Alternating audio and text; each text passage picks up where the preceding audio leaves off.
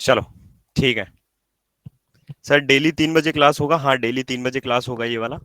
और कल हमारा मतलब एक दिन क्वांट एक दिन रीजनिंग होगा, ऐसा होगा, ठीक है।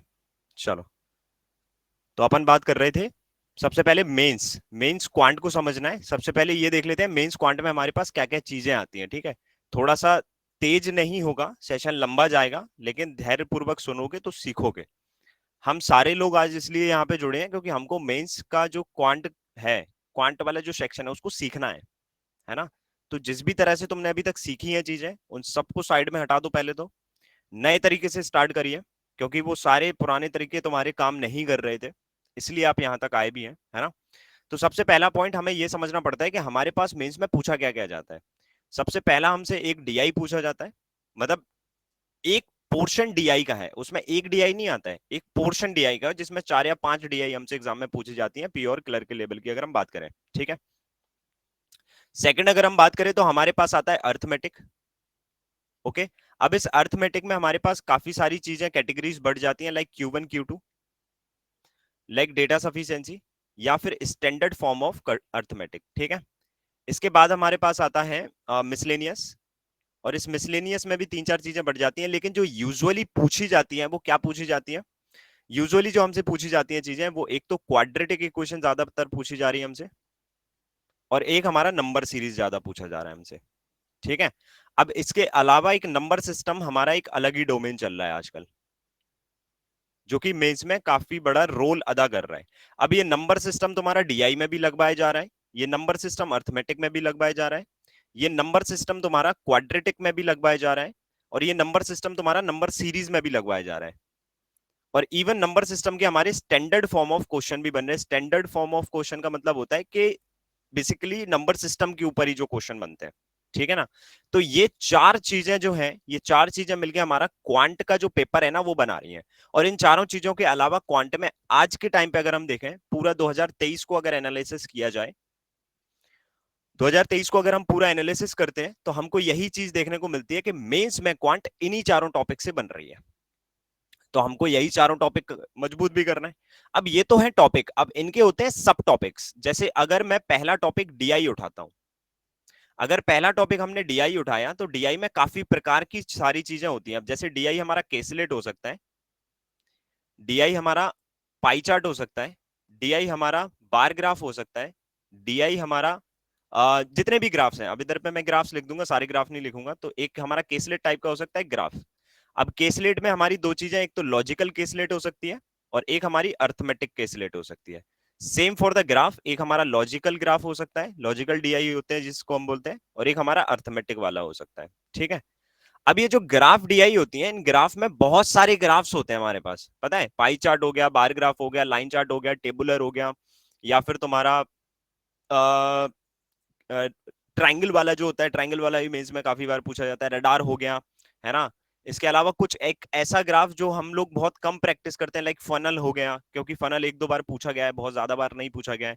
या फिर अभी तक जो चीज नहीं पूछी गई है, क्योंकि फनल भी जब फर्स्ट टाइम पूछा गया था तो उसके पहले नहीं पूछा गया था। कोई भी चीज फर्स्ट टाइम होती है तो वो पहले कभी नहीं होती है। तो हमें उस चीज के लिए भी प्रिपेयर रहना है कि कोई एक ऐसा ग्राफ पूछ लिया जाए जो कि हमने कभी पढ़े ही नहीं, तो हम वो चीज भी यहाँ पे कवर करेंगे। तो ये सारी चीजें हमारी कवर होने वाली है।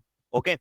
आज का जो मैंने टॉपिक लिया है वो डीआई का टॉपिक है, और साथ ही साथ में मिसलेनियस का टॉपिक है, ठीक है। तो आज इन दोनों चीजों की कहानी अपन खत्म करेंगे। अच्छा, अब जो डीआई का मैंने जो टॉपिक लिया है ना, डीआई का सब टॉपिक आज मैंने लिया है पाई चार्ट। ओके। अब पाई चार्ट की अगर हम बात करते हैं, तो पाई चार्ट सिर्फ पाई चार्ट पढ़ के हमारा काम नहीं होता है। पाई चार्ट के जो प्रकार हैं वो सारे प्रकार हमें पता होना चाहिए। जैसे पहला हमारा standard type of pie chart, यानी कि सिर्फ पाई चार्ट होगा और पाई चार्ट में वैल्यूज होंगी, है ना। अब पाई चार्ट में जो वैल्यूज होंगी वो किस तरह से वैल्यू होंगी, ये वैल्यूज तुम्हारी परसेंटेज में हो सकती है, ये वैल्यूज तुम्हारी डिग्री में हो सकती है, ये वैल्यूज तुम्हारी परसेंटेज प्लस डिग्री में हो सकती है। ये तो हो गया हमारा सबसे पहला टाइप ऑफ पाई चार्ट। दूसरा हमारा होता है पाई ऑफ पाई। अब पाई ऑफ पाई क्या होता है, इसको हम लोग बोलते हैं पुली चार्ट। ओके। मतलब एक पाई से दूसरा पाई निकलता है, इसको हम लोग बोलते हैं पुली चार्ट। अब इसमें भी या तो ये हमारा परसेंटेज में डेटा हो सकता है, या तो डिग्री में डेटा हो सकता है, या फिर परसेंटेज प्लस डिग्री दोनों में हो सकता है। ओके, इसके बाद हमारे पास निकल के आता है डोनट। इसके बाद हमारे पास निकल के आता है डोनट चार्ट। अब डोनट चार्ट भी क्या होता है, एक्चुअल में ये पाई चार्ट ही होता है। पाई चार्ट बनता है हमारा इस तरह से, ये हमने पाई चार्ट बनाया। डोनट बनता है हमारा इस तरह से। अब ये जो सेगमेंट हमारा सेंटर से होता है ना, सेंटर से खाली हो जाता है और इस तरह से हमारा सेपरेट हो जाता है। तो यहाँ पे ये चार सेगमेंट हो गए पाई चार्ट के, और यहाँ पे ये परसेंटेज में, डिग्री में, या फिर ये हमारा परसेंटेज डिग्री दोनों में दे सकता है। ठीक है, तो ये हमारा डोनट चार्ट हो जाता है। इसके बाद अगर हम बात करें तो एक आता है हमारा पाई चार्ट विद वेरिएबल। अब इसमें वैल्यू नहीं होती। अब विद वेरिएबल का मतलब ना तो परसेंटेज में डेटा होगा, ना डिग्री में डेटा होगा, और ना ही परसेंटेज प्लस डिग्री में होगा, बट इसमें वेरिएबल्स होंगे। और वो वेरिएबल्स हमारे परसेंटेज के फॉर्म में हो सकते हैं या फिर वो डिग्री के फॉर्म में हो सकते हैं। समझ में आ रहा है? तो ये जो वेरिएबल्स चीज है, ये वेरिएबल हमारे परसेंटेज में हो सकते हैं, डिग्री में हो सकते हैं, या फिर एग्जैक्ट वैल्यू भी हो सकती है। ठीक। अच्छा, इसके बाद अगर हम बात करें तो pie chart with another chart. अब ये अनदर चार्ट क्या है भाई? अब एक तो रहेगा तुम्हारे पास पाई चार्ट जो कि स्टैंडर्ड फॉर्म में रहेगा, या वो किसी भी फॉर्म में हो सकता है, लेकिन उसके साथ में एक चार्ट और जुड़ा होगा। अब ये जो अनदर चार्ट है, ये हमारा लाइन चार्ट हो सकता है, ये हमारा बार ग्राफ हो सकता है, ये हमारा टेबुलर हो सकता है। ओके, तो इस तरह से इतने तरीके से तुमसे पाई चार्ट की वैल्यू या पाई चार्ट पूछी जा सकती है ना? इतने तरीके हमारे पास हैं पाई चार्ट को समझने के, यानी कि इतने टाइप हमसे पाई चार्ट के पूछे जाते हैं। क्लियर है? अच्छा, अब बात आ जाती है कि अगर इतने तरीके हैं तो हर तरीके को पहले हम एक्सप्लेन कर लेते हैं। ठीक है, अगर कोई पाई चार्ट हमारा परसेंटेज बेस्ड है, ध्यानपूर्वक समझिएगा। अब अपन लोग स्टार्ट कर रहे हैं, अभी तक तो हम लोग ने टाइप वगैरह ये सारी चीजें पढ़ ली। अगर कोई पाई चार्ट हमारा परसेंटेज बेस्ड है, पहला वाला टॉपिक हम लोग उठा लिया, तो परसेंटेज बेस्ड पाई चार्ट का मतलब क्या होता है? अब इसमें दो तरीके से वो तुमसे क्वेश्चन पूछ सकता है या फिर डेटा गिवन कर सकता है। मैं ग्राफ को रीड करना सिखा रहा हूं। अब ग्राफ को अगर रीड करना सीखना है तो थोड़ा सा मैं स्क्रीन बदलूंगा और वहां पे आपको ग्राफ को बहुत बढ़िया तरीके से विजुअलाइजेशन कराऊंगा कि एक्चुअल में हमारा जो डेटा होता है वो किस तरह से काम करता है। अब थोड़ा सा मेरे को समय दीजिएगा, यहाँ पे मैं स्क्रीन आपके सामने लगा सकूं जिससे देखिए। एक सेकंड।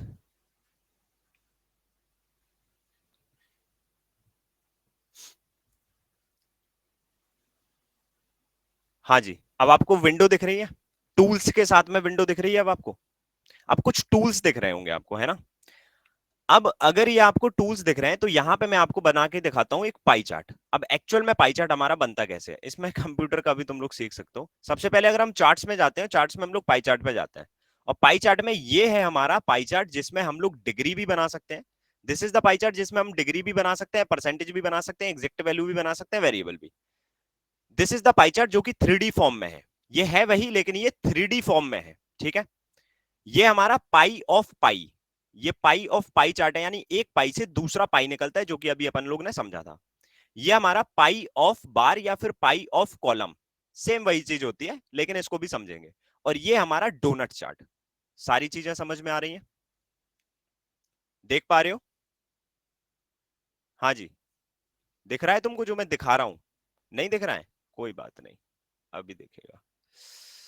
स्क्रीन पूरी शेयर करना पड़ेगी मुझे। अभी बताइए, अभी दिख रहा है? अब मैं ये चैट स्क्रीन साइड में रख लेता हूं जिससे कि मैं चैट पढ़ लूंगा। ओके, सो ये हमारा सिंपल पाई चार्ट जिसमें आपको परसेंटेज दिखता है और वैल्यूज दिखती है। मतलब इसमें हम इस पाई चार्ट को परसेंटेज के फॉर्म में बना सकते हैं, इस पाई चार्ट को डिग्री के फॉर्म में बना सकते हैं, इस पाई चार्ट को हम हर तरीके से बना सकते हैं। ये हमारा सबसे पहला और प्लेन पाई चार्ट है, सबसे बेसिक प्लेन पाई चार्ट जिसको हम लोग बोलते हैं। ये हमारा है 3D फॉर्म में, मतलब ये प्लेन चार्ट है, ये जो प्लेन पे बना है, और ये हमारा 3D में बना हुआ है। सो ये 3D पाई चार्ट है हमारा। ठीक है, सेकंड ये हमारा पाई ऑफ पाई, यानी एक पाई से दूसरा पाई चार्ट निकलता है, इसको हम लोग पुली चार्ट भी बोलते हैं, वैसे इसका नाम पाई ऑफ पाई है। दूसरा हमारा है pie chart with bar graph, या फिर पाई ऑफ बार, या फिर बार ऑफ पाई भी हम इसको बोल सकते हैं, यानी एक पाई चार्ट के किसी एक पर्टिकुलर सेगमेंट से एक हमारा बार ग्राफ बन जाए, तो ये हमारा बार ऑफ पाई हो गया। इसके बाद होता है हमारा डोनट, ये हमारा डोनट पाई चार्ट।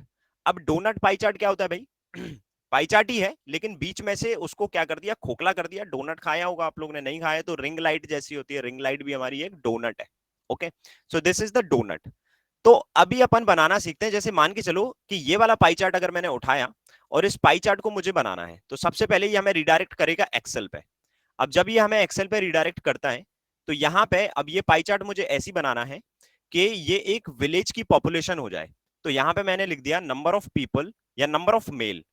तो यहाँ पे मैंने लिखा number of mail in city, ठीक है। और यहाँ पे मुझे बनाना है कि कितने कौन कौन से डेज में। तो यहाँ पे मैं मंडे ट्यूसडे वेंसडे का डेटा बना लेता हूं, ठीक है। तो मंडे ट्यूसडे वेंसडे और ये थर्सडे, ये अपन ने डेटा बना लिया। अब यहां पे इनको परसेंटेज में डिस्ट्रीब्यूट करना है। तो मैंने बोला कि this is 10%, this is 30%, this is 20%, ठीक है। अब इसकी पूरी वैल्यू 100 करना पड़ेगी तुम्हें। तो 20 30 50 और 60 हो गया, तो ये बचा हमारा 40%, ठीक है। तो ये बन गया हमारा पाई चार्ट। अब इस चीज को मैंने यहां से हटा दिया।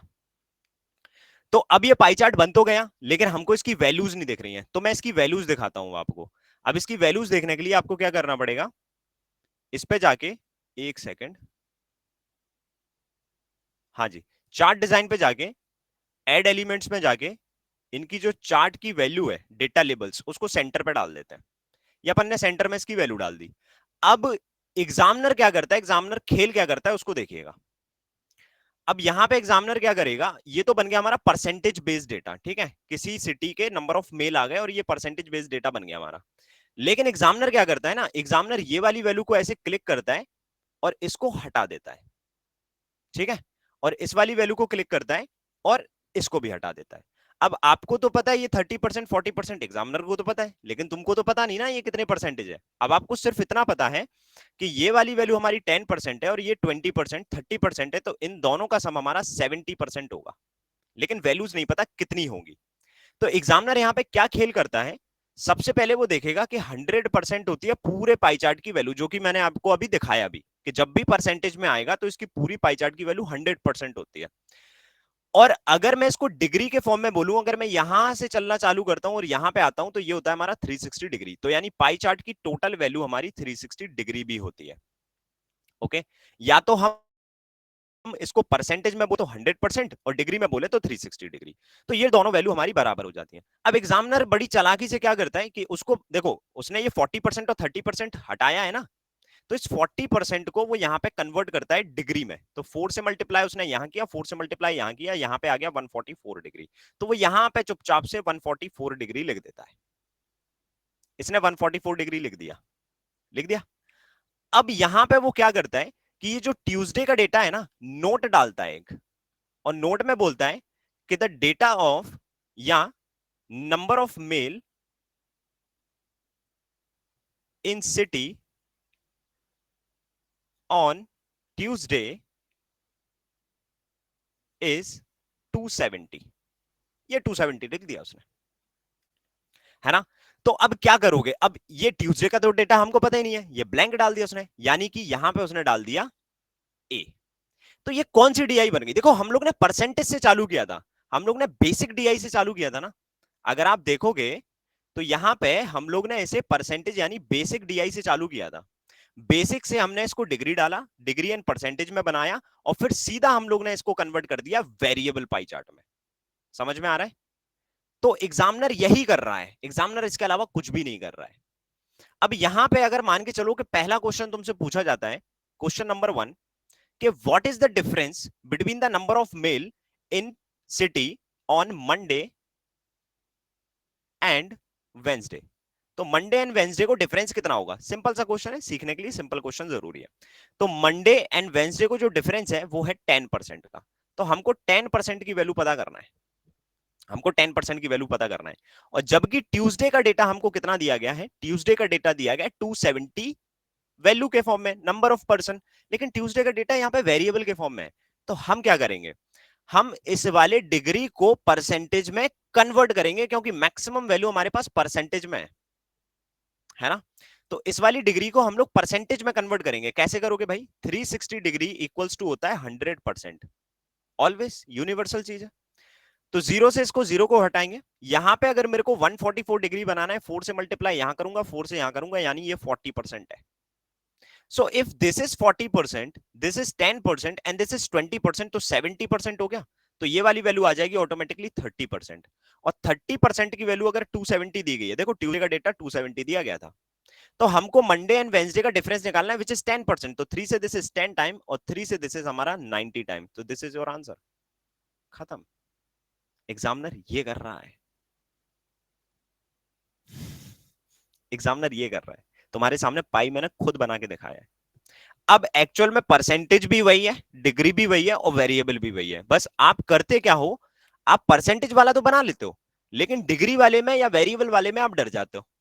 आपको डरना ही नहीं है, ऐसी सॉल्व होती है चीजें।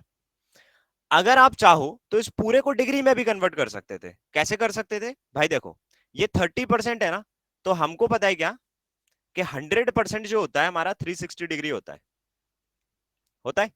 तो जीरो से ये जीरो कटा, तो 30% की वैल्यू 108 डिग्री, और 144 डिग्री हमारे पास ऑलरेडी है।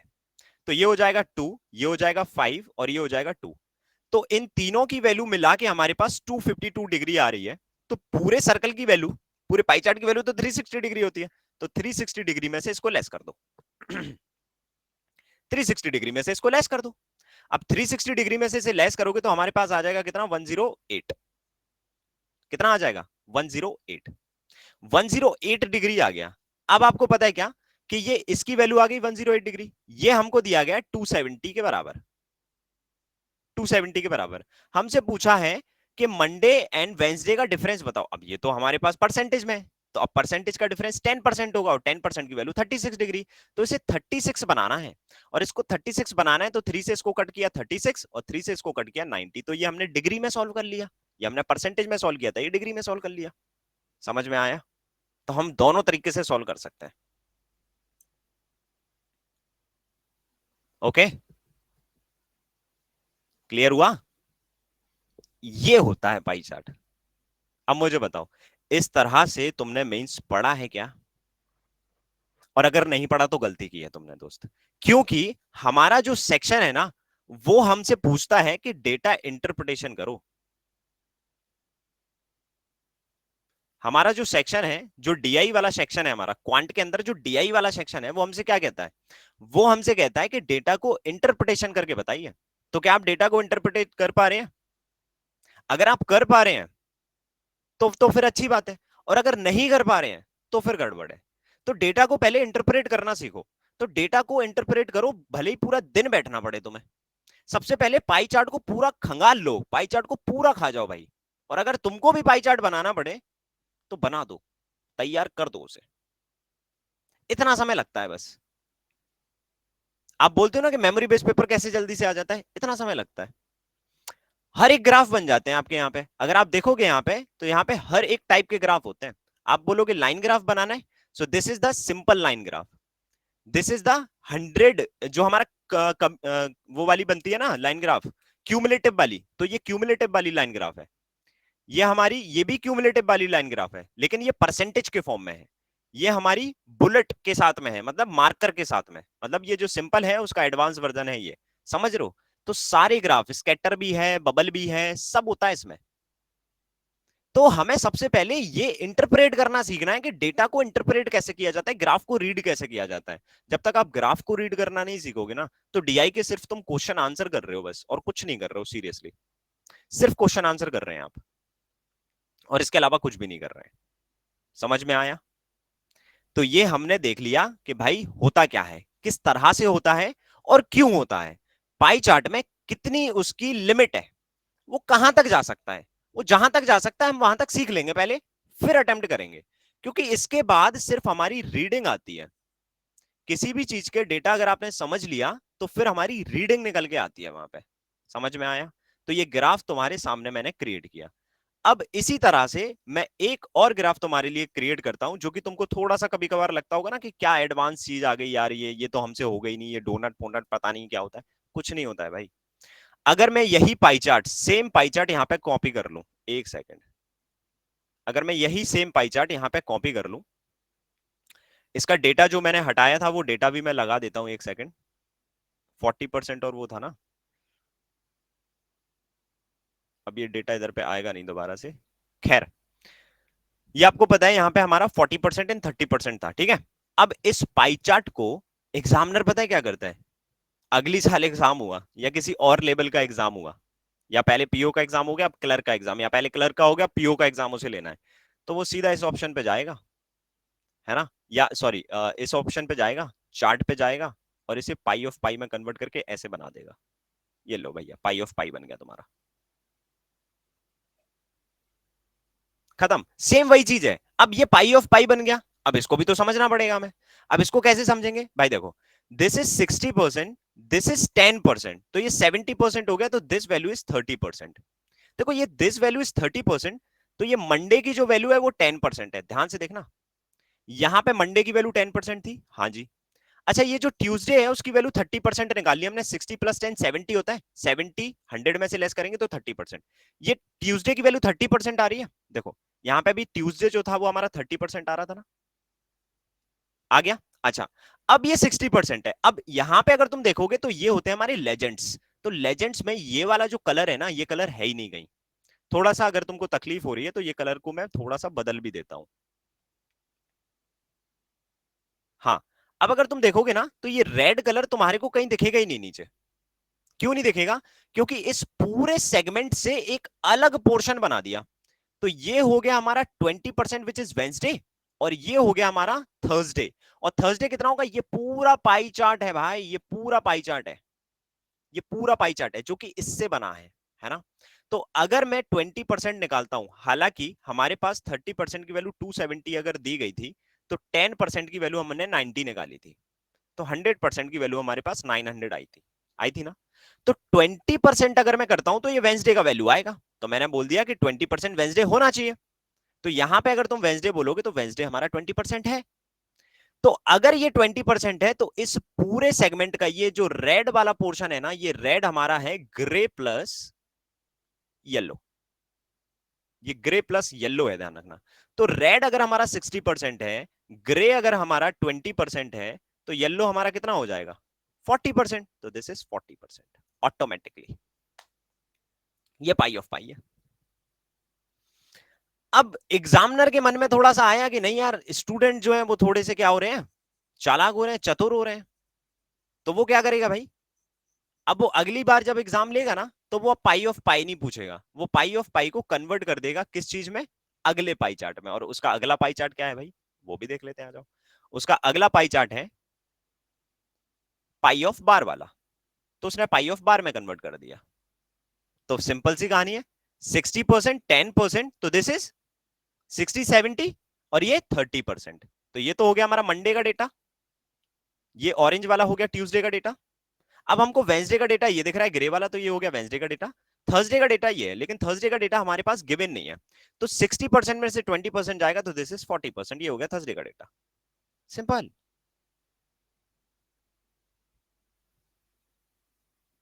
वो लोग भी यही बनाते हैं क्या एग्जाम का पेपर?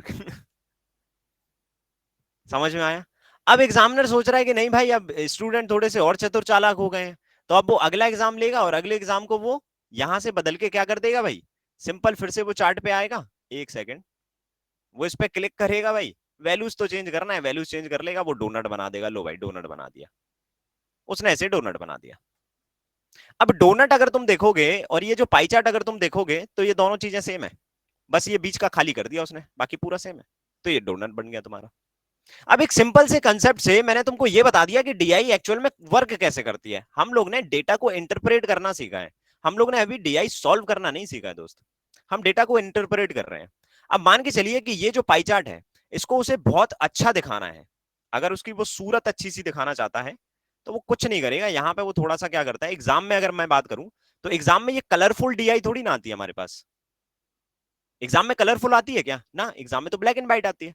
तो एग्जामिनर क्या करता है भाई, यहां पे सबसे पहले वो क्या करेगा, चार्ट डिजाइन में जाएगा, एड एलिमेंट में जाएगा, चार्ट टाइटल में जाके 1 सेकेंड, लेजेंड्स पे जाके लेजेंड्स को वो अंदर ही डालेगा, डेटा पे आए, डेटा के बाद यहाँ पे यहाँ पे यहाँ पे यहाँ पे यहाँ पे यहाँ पे यहाँ पे डेटा कटआउट डाल देता हूं मैं, ठीक है। अब यहाँ पे डाला, अब उसने ये लेजेंड्स यहां से हटा दिया, अब इसको उसने किया डार्क, और इसका जो कलर है उसको कर दिया डन। ये बन जाती है तुम्हारी एग्जाम वाली डीआई। ये एग्जाम की डीआई बन गई। ब्लैक एंड व्हाइट ही तो आता है वहां पे, ज्यादा है तो उसको टेक्सचर अगर डालना होगा, कभी कभी तुमने देखा होगा टेक्सचर में भी डीआई आती है, तो टेक्सचर पे जाएगा और टेक्सचर पे ये चुन लिया, और इसका जो कलर है वो कलर अलग से चुन लिया इसने। टेक्सचर पे जाके कुछ ब्लैक कलर चुन लिया, या ये कलर चुन लिया, या ये कलर, कुछ भी कलर चुन लिया वहां पे, और उसका टेक्सचर हो गया काम। जो लाइन लाइन आती है, वर्टिकल लाइंस आती हैं, हॉरिजॉन्टल लाइन आती है, यही होता है बस। समझ में आया? ये है, ये सीख गए तो फिर बाकी सारी चीजें सिर्फ रीडिंग है दोस्त, रीडिंग और कैलकुलेशन है। डीआई सबसे पहले स्टार्ट होती है डेटा के इंटरप्रिटेशन से, उसको इंटरप्रेट करो अच्छे से, देन उसके बाद क्वेश्चन रीड अच्छे से करो, देन उसके बाद सिर्फ कैलकुलेशन, और कुछ नहीं है भाई। बताइए।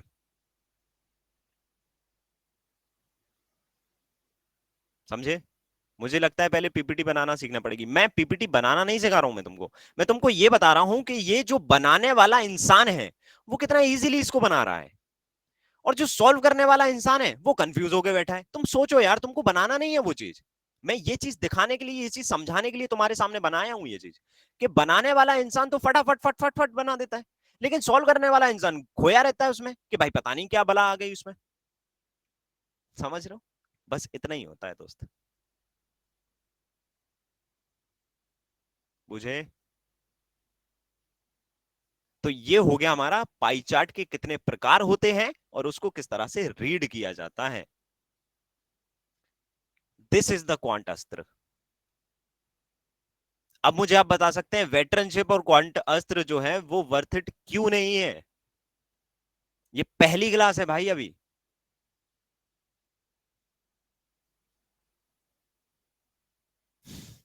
आओ, अब थोड़ा सा एग्जाम लेवल पे खेलते हैं, है ना। एग्जाम लेवल पे यानी कि किस तरह से क्वेश्चन बनते हैं, अब एक्चुअल में क्वेश्चन देख लिया जाए। ओके, चलो। एक सेकंड।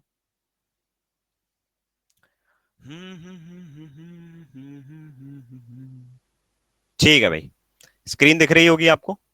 हाँ जी। और एक चीज मैंने आपको पहले भी बताया था कि आज मैंने मिसलेनियस भी लिया है। अब मिसलेनियस में क्या है, क्वाड्रेटिक है और नंबर सीरीज है, वो भी है। ओके, चलो। अब जैसे मान के चलो ये डीआई आ गई, अब देखो तुमको ना उतना टफ लगेगा नहीं जितना टफ पहले लगता था, क्योंकि अब तुमको चीजें दिखेंगी दोस्त, अब चीजें तुमको दिखेंगी। अब होगा क्या कि कभी कभी हमारे पास पाई चार्ट, अब ये कौन सा पाई चार्ट है हमारे पास, परसेंटेज बेस्ड, ये परसेंटेज बेस्ड पाई चार्ट है। अब ये पूरी वैल्यूज की 100% होगी। हाँ जी बिल्कुल 100% होगी। अब ये परसेंटेज बेस्ड पाई चार्ट तो है, लेकिन साथ ही साथ में आपको पता होना चाहिए कि कभी कभी हमें पाई चार्ट की वैल्यू दी गई होगी, यानी 100% की वैल्यू दी गई होगी, और कभी कभी हमें किसी एक पर्टिकुलर सेगमेंट की वैल्यू दी गई होगी। जैसे कि अभी मैंने आपको एक्सप्लेन किया था, ट्यूसडे सेगमेंट की वैल्यू दी गई थी, उससे अपन ने पूरे पाई चार्ट की वैल्यू निकाली थी। कभी कभी वो पाई चार्ट की वैल्यू दे देगा, उससे एक पर्टिकुलर सेगमेंट्स हमारे बनेंगे, और कभी कभी वो ना तो ये 100% की वैल्यू देगा और ना ही यहाँ पे किसी एक सेगमेंट की वैल्यू देगा, वो हर एक क्वेश्चन में अलग वैल्यू यूज करवाएगा। तो अब अपन को आइडेंटिफाई करना है कि ये जो स्क्रीन पे हमारे पास डीआई है, ये कौन से सेगमेंट वाली डीआई है, किस तरह की ये डीआई है। तो उसके लिए आपको रीड करना पड़ेगा। अब हमारा दूसरा पहलू खुलता है, विच इज रीडिंग। अब रीडिंग मैटर करेगी, है ना। इस क्लास की पीडीएफ मिलेगी, बिल्कुल मिलेगी। तो अब हमारी रीडिंग मैटर करेगी। अब रीडिंग किस तरह से मैटर करती है, देखिए। The pi chart given shows the percentage distribution of the number of student of different days. तो इसको ना ऐसे फटाफट मत पढ़ा करो। तो जो पाई चार्ट है वो परसेंटेज डिस्ट्रीब्यूशन है of the number of student of different days. तो नंबर ऑफ स्टूडेंट्स है यहाँ पे डिफरेंट डेज के, जैसे नंबर ऑफ मेल लिए थे हम लोग ने डिफरेंट डेज के, वैसे नंबर ऑफ स्टूडेंट है हमारे डिफरेंट डेज के, है ना। तो यहाँ पे नंबर ऑफ स्टूडेंट्स दिए गए हैं हमारे पास परसेंटेज के फॉर्म में और अलग अलग दिन के। ठीक है भाई, समझ लिया। टेबल क्या कर रही है यहाँ पे, the table given below shows the total number of person on different days, और ये हमें दिए गए हैं total number of person of different days, ये हमें टोटल नंबर ऑफ पर्सन दिए गए हैं। अब आपके दिमाग की बत्ती क्या जलेगी कि भाई मैं सबसे पहले उठाता हूं एक सिंगल डे का डेटा, मैंने मंडे को उठाया। अब मंडे को मैंने देखा कि टोटल पर्सन जो है वो है 800, और स्टूडेंट्स जो हैं वो स्टूडेंट्स कितने हैं मंडे को, स्टूडेंट्स हैं हमारे मंडे को 15%। अब मेरा मन क्या करेगा, मैं इसका 15% कर दूं, ना ना ना ना ना, ये जो 15% हो रहा है तुम्हारा, ये टोटल स्टूडेंट्स का 15% हो रहा है, क्योंकि ये स्टूडेंट्स का डिस्ट्रीब्यूशन दिया गया है, तो हमारे पास टोटल स्टूडेंट नहीं है। तो टोटल स्टूडेंट का 15% करेंगे तब मंडे के स्टूडेंट्स निकलेंगे, और मंडे के स्टूडेंट्स जैसे मान के चलो मैंने बोला कि एक्स निकल गए, क्योंकि अभी तो हम निकाल नहीं सकते ना, एक्स निकल गए मान के चलो। अगर मंडे के स्टूडेंट एक्स निकल गए तो यहां पे मंडे के अदर पर्सन निकलेंगे। कैसे निकलेंगे, मंडे के टोटल पर्सन में से स्टूडेंट लेस कर देंगे तो मंडे के अदर पर्सन निकल के आ जाएंगे। अब वो अदर पर्सन कोई भी हो सकता है, समझ में आया। तो डेटा को इंटरप्रेट किया सबसे पहले, रीड किया, डायरेक्शन को दोनों ग्राफ के साथ, मतलब जितने भी मैक्सिमम ग्राफ्स हमारे साथ उनके साथ में कनेक्ट किया, फिर जो जो हम निकाल सकते हैं वो हमने देखा, और हम चीजें एग्जैक्ट नहीं निकाल सकते हैं ये भी हमने देख लिया। तो अब हमको पता पड़ गया ये कौन से सेगमेंट की डीआई है, ये एक ऐसे सेगमेंट की डीआई है जिसमें हर क्वेश्चन में डेटा हमको दिया गया होगा। हर क्वेश्चन हमारा इफ से स्टार्ट होके बनेगा, क्योंकि हर क्वेश्चन कंडीशनल बेस बनने वाला है। अब हर क्वेश्चन में तुम्हारे को कंडीशंस मिलेंगी, और वो कंडीशंस तुम्हारी पाई चार्ट के लिए मिलेंगी, क्योंकि टेबल के लिए टोटल नंबर ऑफ पर्सन के लिए तो डेटा हमको टोटल गिवन है। तो हमें जरूरत क्या है, अब हमें यहां पे टाइम वेस्ट करने की जरूरत नहीं है, हमको अब क्वेश्चन के ऊपर अपना टाइम इन्वेस्ट करना है, क्योंकि यहां जितना टाइम देना था उतना दे दिया, अब इससे ज्यादा नहीं दे सकते हम, है ना। चलो, तो मैंने बोला कि भाई पहला क्वेश्चन क्या है हमारे पास, तो पहला क्वेश्चन ये आ गया, ठीक है। अब यहाँ पे इंग्लिश हिंदी दोनों में है, लेकिन मैं एक ऐसी स्लाइड पे जाऊंगा जहां पे सिर्फ इंग्लिश में होगा, जिससे कि मेरे पास थोड़ा सा स्पेस रहेगा सॉल्व करने के लिए, है ना। अच्छा, अब देखो यहाँ पे क्या बोलता है, the number of male teacher on Wednesday is 58 more than that of the female teacher. अब देखो टीचर कहां से आ गई है, नंबर ऑफ पर्सन, वेंसडे को सबसे पहले जो एग्जैक्ट डेटा है वो हमारे पास क्या है, नंबर ऑफ पर्सन का, और नंबर ऑफ पर्सन अगर तुम वेंसडे पे देखोगे तो नंबर ऑफ पर्सन वेंसडे पे है 900। तो मैंने बोला नंबर ऑफ पर्सन है 900। अब इस 900 में से दो चीजें निकल रही हैं, क्या निकल रही हैं, एक तो निकल रहा है तुम्हारा टीचर, और एक निकल रहा है तुम्हारा स्टूडेंट्स। समझ में आया, एक तो निकलेंगे टीचर, एक निकलेगा स्टूडेंट। और जैसे क्वेश्चन पढ़ा तो क्वेश्चन में मेल टीचर और फीमेल टीचर की बात हो रही है, तो यहां पे दो चीजें और निकलेंगी, एक मेल टीचर निकलेगा और एक फीमेल टीचर निकलेगा। ओके, आगे आ जाओ। The average age of all female teachers is 25 years and the average age of all teachers is 31 years. Find the average age of all the male teachers. तो देखो students का कोई ज्यादा role इसमें है ही नहीं। उसने क्या बोला कि एवरेज एज जो है फीमेल टीचर की वो कितनी है 25। तो मुझे एक चीज बताओ कि कितनी फीमेल है वहां पे, आपको पता है क्या, कितनी फीमेल है, कितनी फीमेल टीचर है, आपको नहीं पता ये चीज। तो मैंने बोला कि सम ऑफ एज, अब यहां पे हमारे को क्या जरूरत पड़ रही है, कंसेप्ट वीडियो की, जो कि फाउंडेशन में पढ़ा है आपने। तो sum of age upon number of female teacher, तो नंबर ऑफ फीमेल टीचर मैंने एफ ले लिया, और इक्वल में इनकी एवरेज एज विच इज 25। तो इनकी एवरेज एज कितनी हो जाएगी, दिस इज, यानी सम ऑफ एज हो जाएगा 25 एफ। बोलो फटाफट, हो गया। Condition number 2, the average age of all the teachers is 31। तो sum of the age, sum of age of teacher, यहां पे टीचर लिख देता हूं, यहां पे फीमेल लिख देता हूं, तो वो कितना हो जाएगा भाई, वो हो जाएगा 31। यानी कितने टीचर्स हैं अब वो तो पता नहीं, तो मैंने बोल दिया टीचर्स टोटल है तुम्हारे पास, टीचर्स टोटल है तुम्हारे पास male plus female, male plus female ही तो टीचर बन रहे हैं, विच इज 31। तो यहां पे सम ऑफ एज जो निकल के आएगी टीचर्स की वो कितनी निकल के आ जाएगी, ऑल टीचर्स का जो सम आएगा एज का वो आ जाएगा 31 इंटू एम प्लस एफ। बोलो फटाफट हाँ या ना, आ गया। अब आगे आ जाओ, उसने बोला था स्टार्टिंग में एक चीज बोली थी उसने कि जो नंबर ऑफ मेल है ना वो 58 मोर है नंबर ऑफ फीमेल्स है। तो नंबर ऑफ फीमेल अगर एफ है, अगर number of female teacher F ही है तो मेल कितने हो जाएंगे, एफ प्लस 58। ठीक है, लास्ट में उसने क्या पूछा हमसे, फाइंड करने को क्या बोल रहा है वो, फाइंड करने को बोल रहा है, then find the average age of all male teacher, तो sum of age of male upon number of male equals to this, ये हमसे पूछा गया है। ओके, ये हमसे पूछा गया है, तो मैं क्या करूंगा भाई इधर पे, ये तो है हमारा टोटल सम जिसमें मेल का भी सम आएगा और फीमेल का भी सम आएगा, और ये हमारा फीमेल का सम, ये वाला। अगर मैं इस टोटल के सम में से फीमेल का सम हटा दूंगा तो मेल का सम आएगा ना, तो this value minus this value, 31m plus 31f minus 25f, ये मेल का सम आ गया अपॉन नंबर ऑफ मेल, ये हमारा एवरेज आ जाएगा अपॉन नंबर ऑफ मेल। समझ में आया? तो यहां पे ये कितना बचेगा हमारे पास, 6f, 6f बचेगा, और यहां पे m की जगह जहां जहां m है वहां वहां f रख देंगे, जहां जहां m है वहां वहां f रख देंगे। बोलो फटाफट हाँ या ना? जहां जहां हमको m दिखेगा वहां वहां हम लोग क्या रख देंगे, f रख देंगे। तो ये आ जाएगा 31 f प्लस 58 और प्लस में 6f और अपॉन में यहां पे 31, सॉरी f प्लस 58, m की वैल्यू f प्लस 58 है, सो दिस इज f प्लस 58। तो ये हमारा मेल का एवरेज आ जाएगा। बोलो फटाफट, क्लियर हुआ? कोई दिक्कत? कोई दिक्कत है तो बताओ।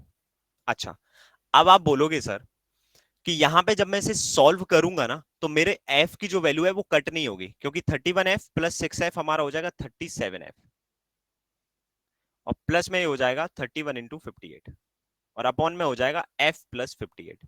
तो यहाँ पे हमारा f कट नहीं होगा, f वेरिएबल जो है ना वो हमारा ऐसे ही बचा रहेगा, तो हम इसकी एग्जैक्ट वैल्यू नहीं निकाल सकते, यानी हम इसका एग्जैक्ट आंसर नहीं निकाल सकते। समझ में आए? तो हमारा आंसर हो जाएगा सी एंड डी। क्यों भाई C and D? C and D इसलिए क्योंकि हमको पता नहीं है कि फीमेल की वैल्यू कितनी है। ओके सर, अगर स्टूडेंट्स 15% हैं तो टीचर 85% होंगे ना। ये स्टूडेंट जो 15% है ना, ये स्टूडेंट 15% टोटल स्टूडेंट का है, मैं वही तो बता रहा था स्टार्टिंग में तुम्हें। ये पाई चार्ट डिस्ट्रीब्यूशन स्टूडेंट्स का है, इसका थोड़ी ना है। ये टोटल स्टूडेंट्स का 15% है, समझो चीज को। समझ में आया? ये जो टोटल हम लोग ले रहे हैं, वेंसडे का अगर तुम डेटा उठाओगे तो वेंसडे में 18% है, तो तुम बोलोगे कि अगर सर ये 18% है तो ये हमारा कितना हो जाएगा, 82% हो जाएगा। Is this correct thing? ये सही है क्या? ये गलत है, यही तो इंटरप्रिटेशन गलत कर देते हो तुम। ये जो पाई चार्ट दिया गया है, ये पाई चार्ट किसका दिया गया है, किसका 100% है ये पाई चार्ट? मेरे को पहले ये बता दो बस। यही तो मैंने स्टार्टिंग में बताया था, तुम यही तो करते हो। ये पाई चार्ट किसका 100% है? स्टूडेंट्स का ना, टोटल स्टूडेंट का ना। तो अगर मैं 18% इसे दे रहा हूं तो ये जो बाकी 82% बचेंगे तो वो बाकी डेज के स्टूडेंट बचेंगे ना, ये टीचर्स तो नहीं बचेंगे। समझ में आया? इसीलिए सी एंड डी। और यहां पे ध्यान देना, मैंने ऑलमोस्ट जितनी भी डीआई ली है, जितनी भी मैंने डीआई ली है उसमें मैंने आंसर्स उस तरह से निकलवाए हैं यहां पे क्वेश्चन में जिस तरह से तुम लोग गलती करते हो। ठीक है, जिस तरह से तुम गलती करते हो। अच्छा, अब एक चीज और, अब ये तो हो गई हमारी आंसर, पहला स्टूडेंट आया और उसने बोला कि सर इसका आंसर सी एंड डी हो जाएगा। ठीक है, ये तो हो गई हमारी पहली अंडरस्टैंडिंग। लेकिन हम क्या कर रहे हैं भाई, हम हैं अस्त्र बैच में, और अस्त्र बैच में हम सारी चीजें सीखेंगे। तो अभी आपको देखो बिल्कुल भी फील नहीं आया होगा, यहां पे बिल्कुल भी फील होने भी नहीं दिया मैंने कि यहां पे कुछ इस तरह से भी हम सोच सकते हैं या नहीं, बिल्कुल सोच सकते हैं इस तरह से। लेकिन अब आती है सोच नंबर 2। अब देखो, सेम डीआई सेम क्वेश्चन, लेकिन सोच नंबर 2 हमारी यहां से बदलेगी। कहां से? यहां से। अब यहां से जो हमारी सोच बदलेगी वो क्या सोच बदलेगी, देखो यहां पे मंडे को सबसे पहले, अगर मैं वेंसडे को ही उठा लेता हूं तो वेंसडे को नंबर ऑफ पर्सन हमारे पास कितने हैं, 900,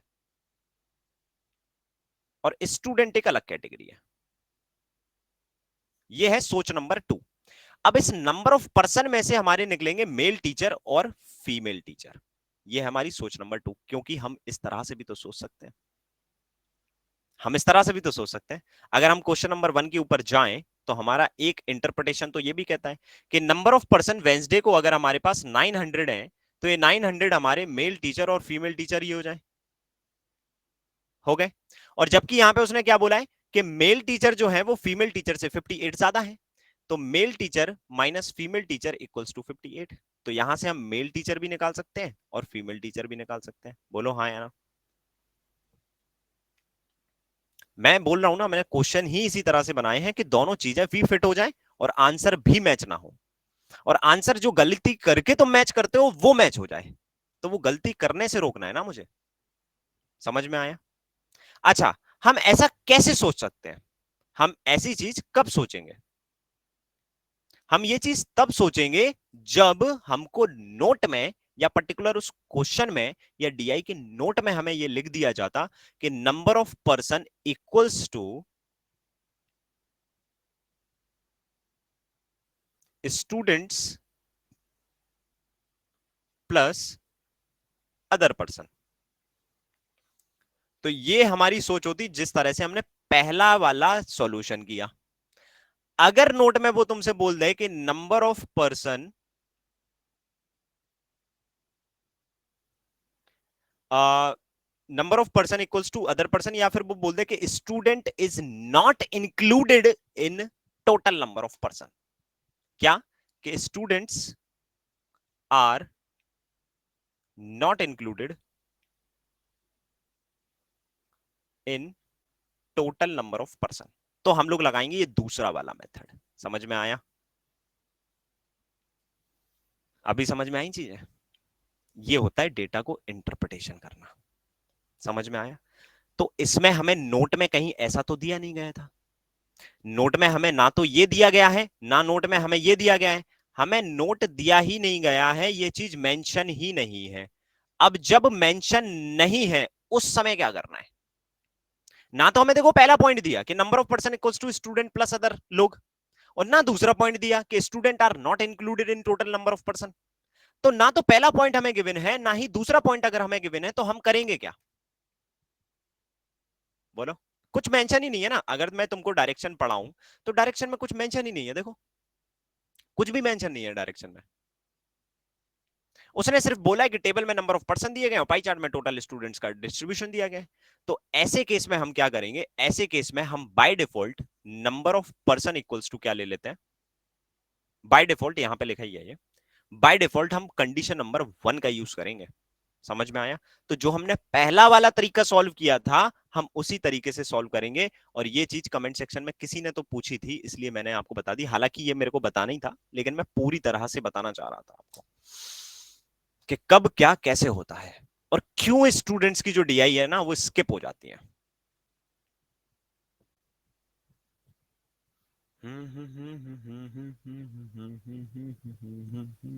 बुझे? आंसर आंसर मिलाने मत आना। आज अगर तुम सोचोगे कि आंसर मिलाने में आया हूं तो आंसर आपके मिलेंगे नहीं, क्योंकि सारी डीआई ऐसी बनी है कि आंसर मैच नहीं होंगे।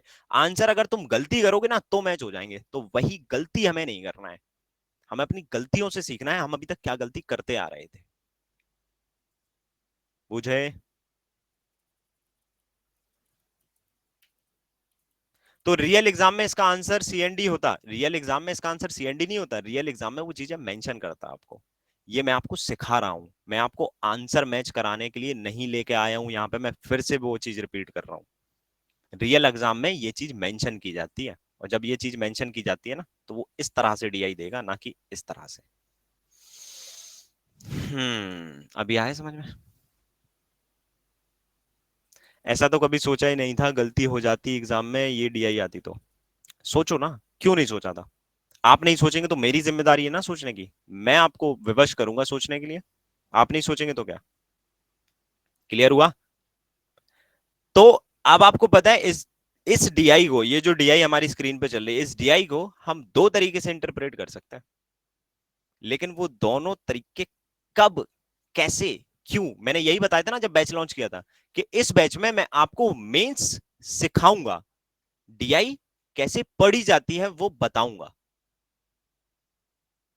गलत तरीका भी और सही तरीका भी। गलत ऑलमोस्ट हर एक स्टूडेंट कर रहा है, पता है? क्योंकि कर क्या रहे हो? मॉक सॉल्व कर रहे हो या कहीं से भी कुछ भी सॉल्व कर रहे हो, और लोग सोचते हैं कि हमारी तैयारी हो रही है। क्वांट का कट ऑफ क्यों 3 नंबर, 3.25 नंबर, 2.5 नंबर, ये क्यों जाता है क्वांट का कट ऑफ? जानते हो? This is the reason. कि लोगों को डेटा इंटरप्रेट करना नहीं आता, चलो जैसे तैसे आ भी गया तो वो उसको रॉन्ग इंटरप्रेट कर रहे हैं और उनको लग रहा है कि वो सही कर रहे हैं दोस्त। This is the biggest reason. मुझे समझ में आया? तो अगर आप सारी चीजें सही सही सही सही सीखोगे तो ये कैसे सीखोगे कि गलत चीज कौन सी होती है?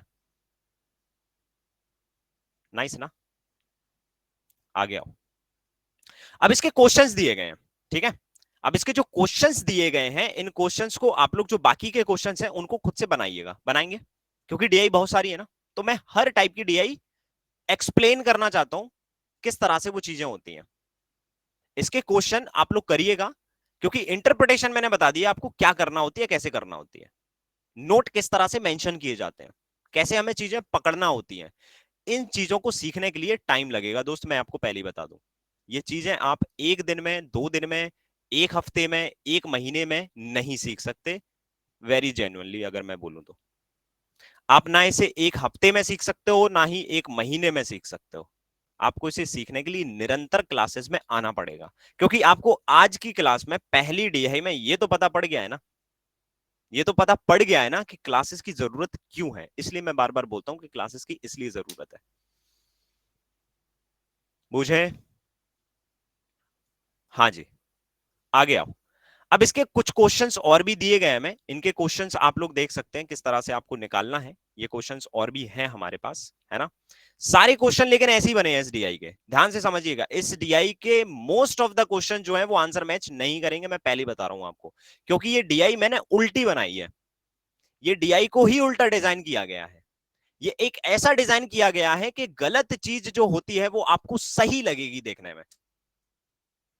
ये इसका डिजाइन ही ऐसा है दोस्त, समझ रहे हो? हाँ या ना बताओ जल्दी से फटाफट।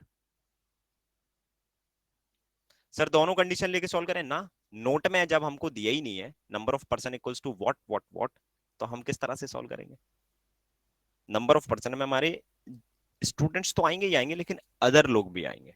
समझ में आ रहा है? क्लियर हुआ?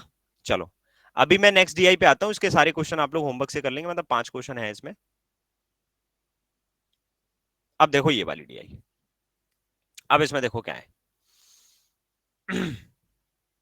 अब ध्यान से देखना डीआई हमारी बनी किस किस चीज से है। सबसे पहले हमारे पास एक पाई चार्ट है, फिर हमारे पास एक टेबल है, और ऊपर क्या है? ऊपर हमारे पास देखो ये तो दिया गया है हमें एक छोटा सा डायरेक्शन जो कि स्टोरी है, और एक छोटा सा डायरेक्शन जो कि पाई चार्ट के बारे में और टेबल के बारे में बता रहा है, और एक हमारे पास ये नोट काइंड ऑफ चीज है।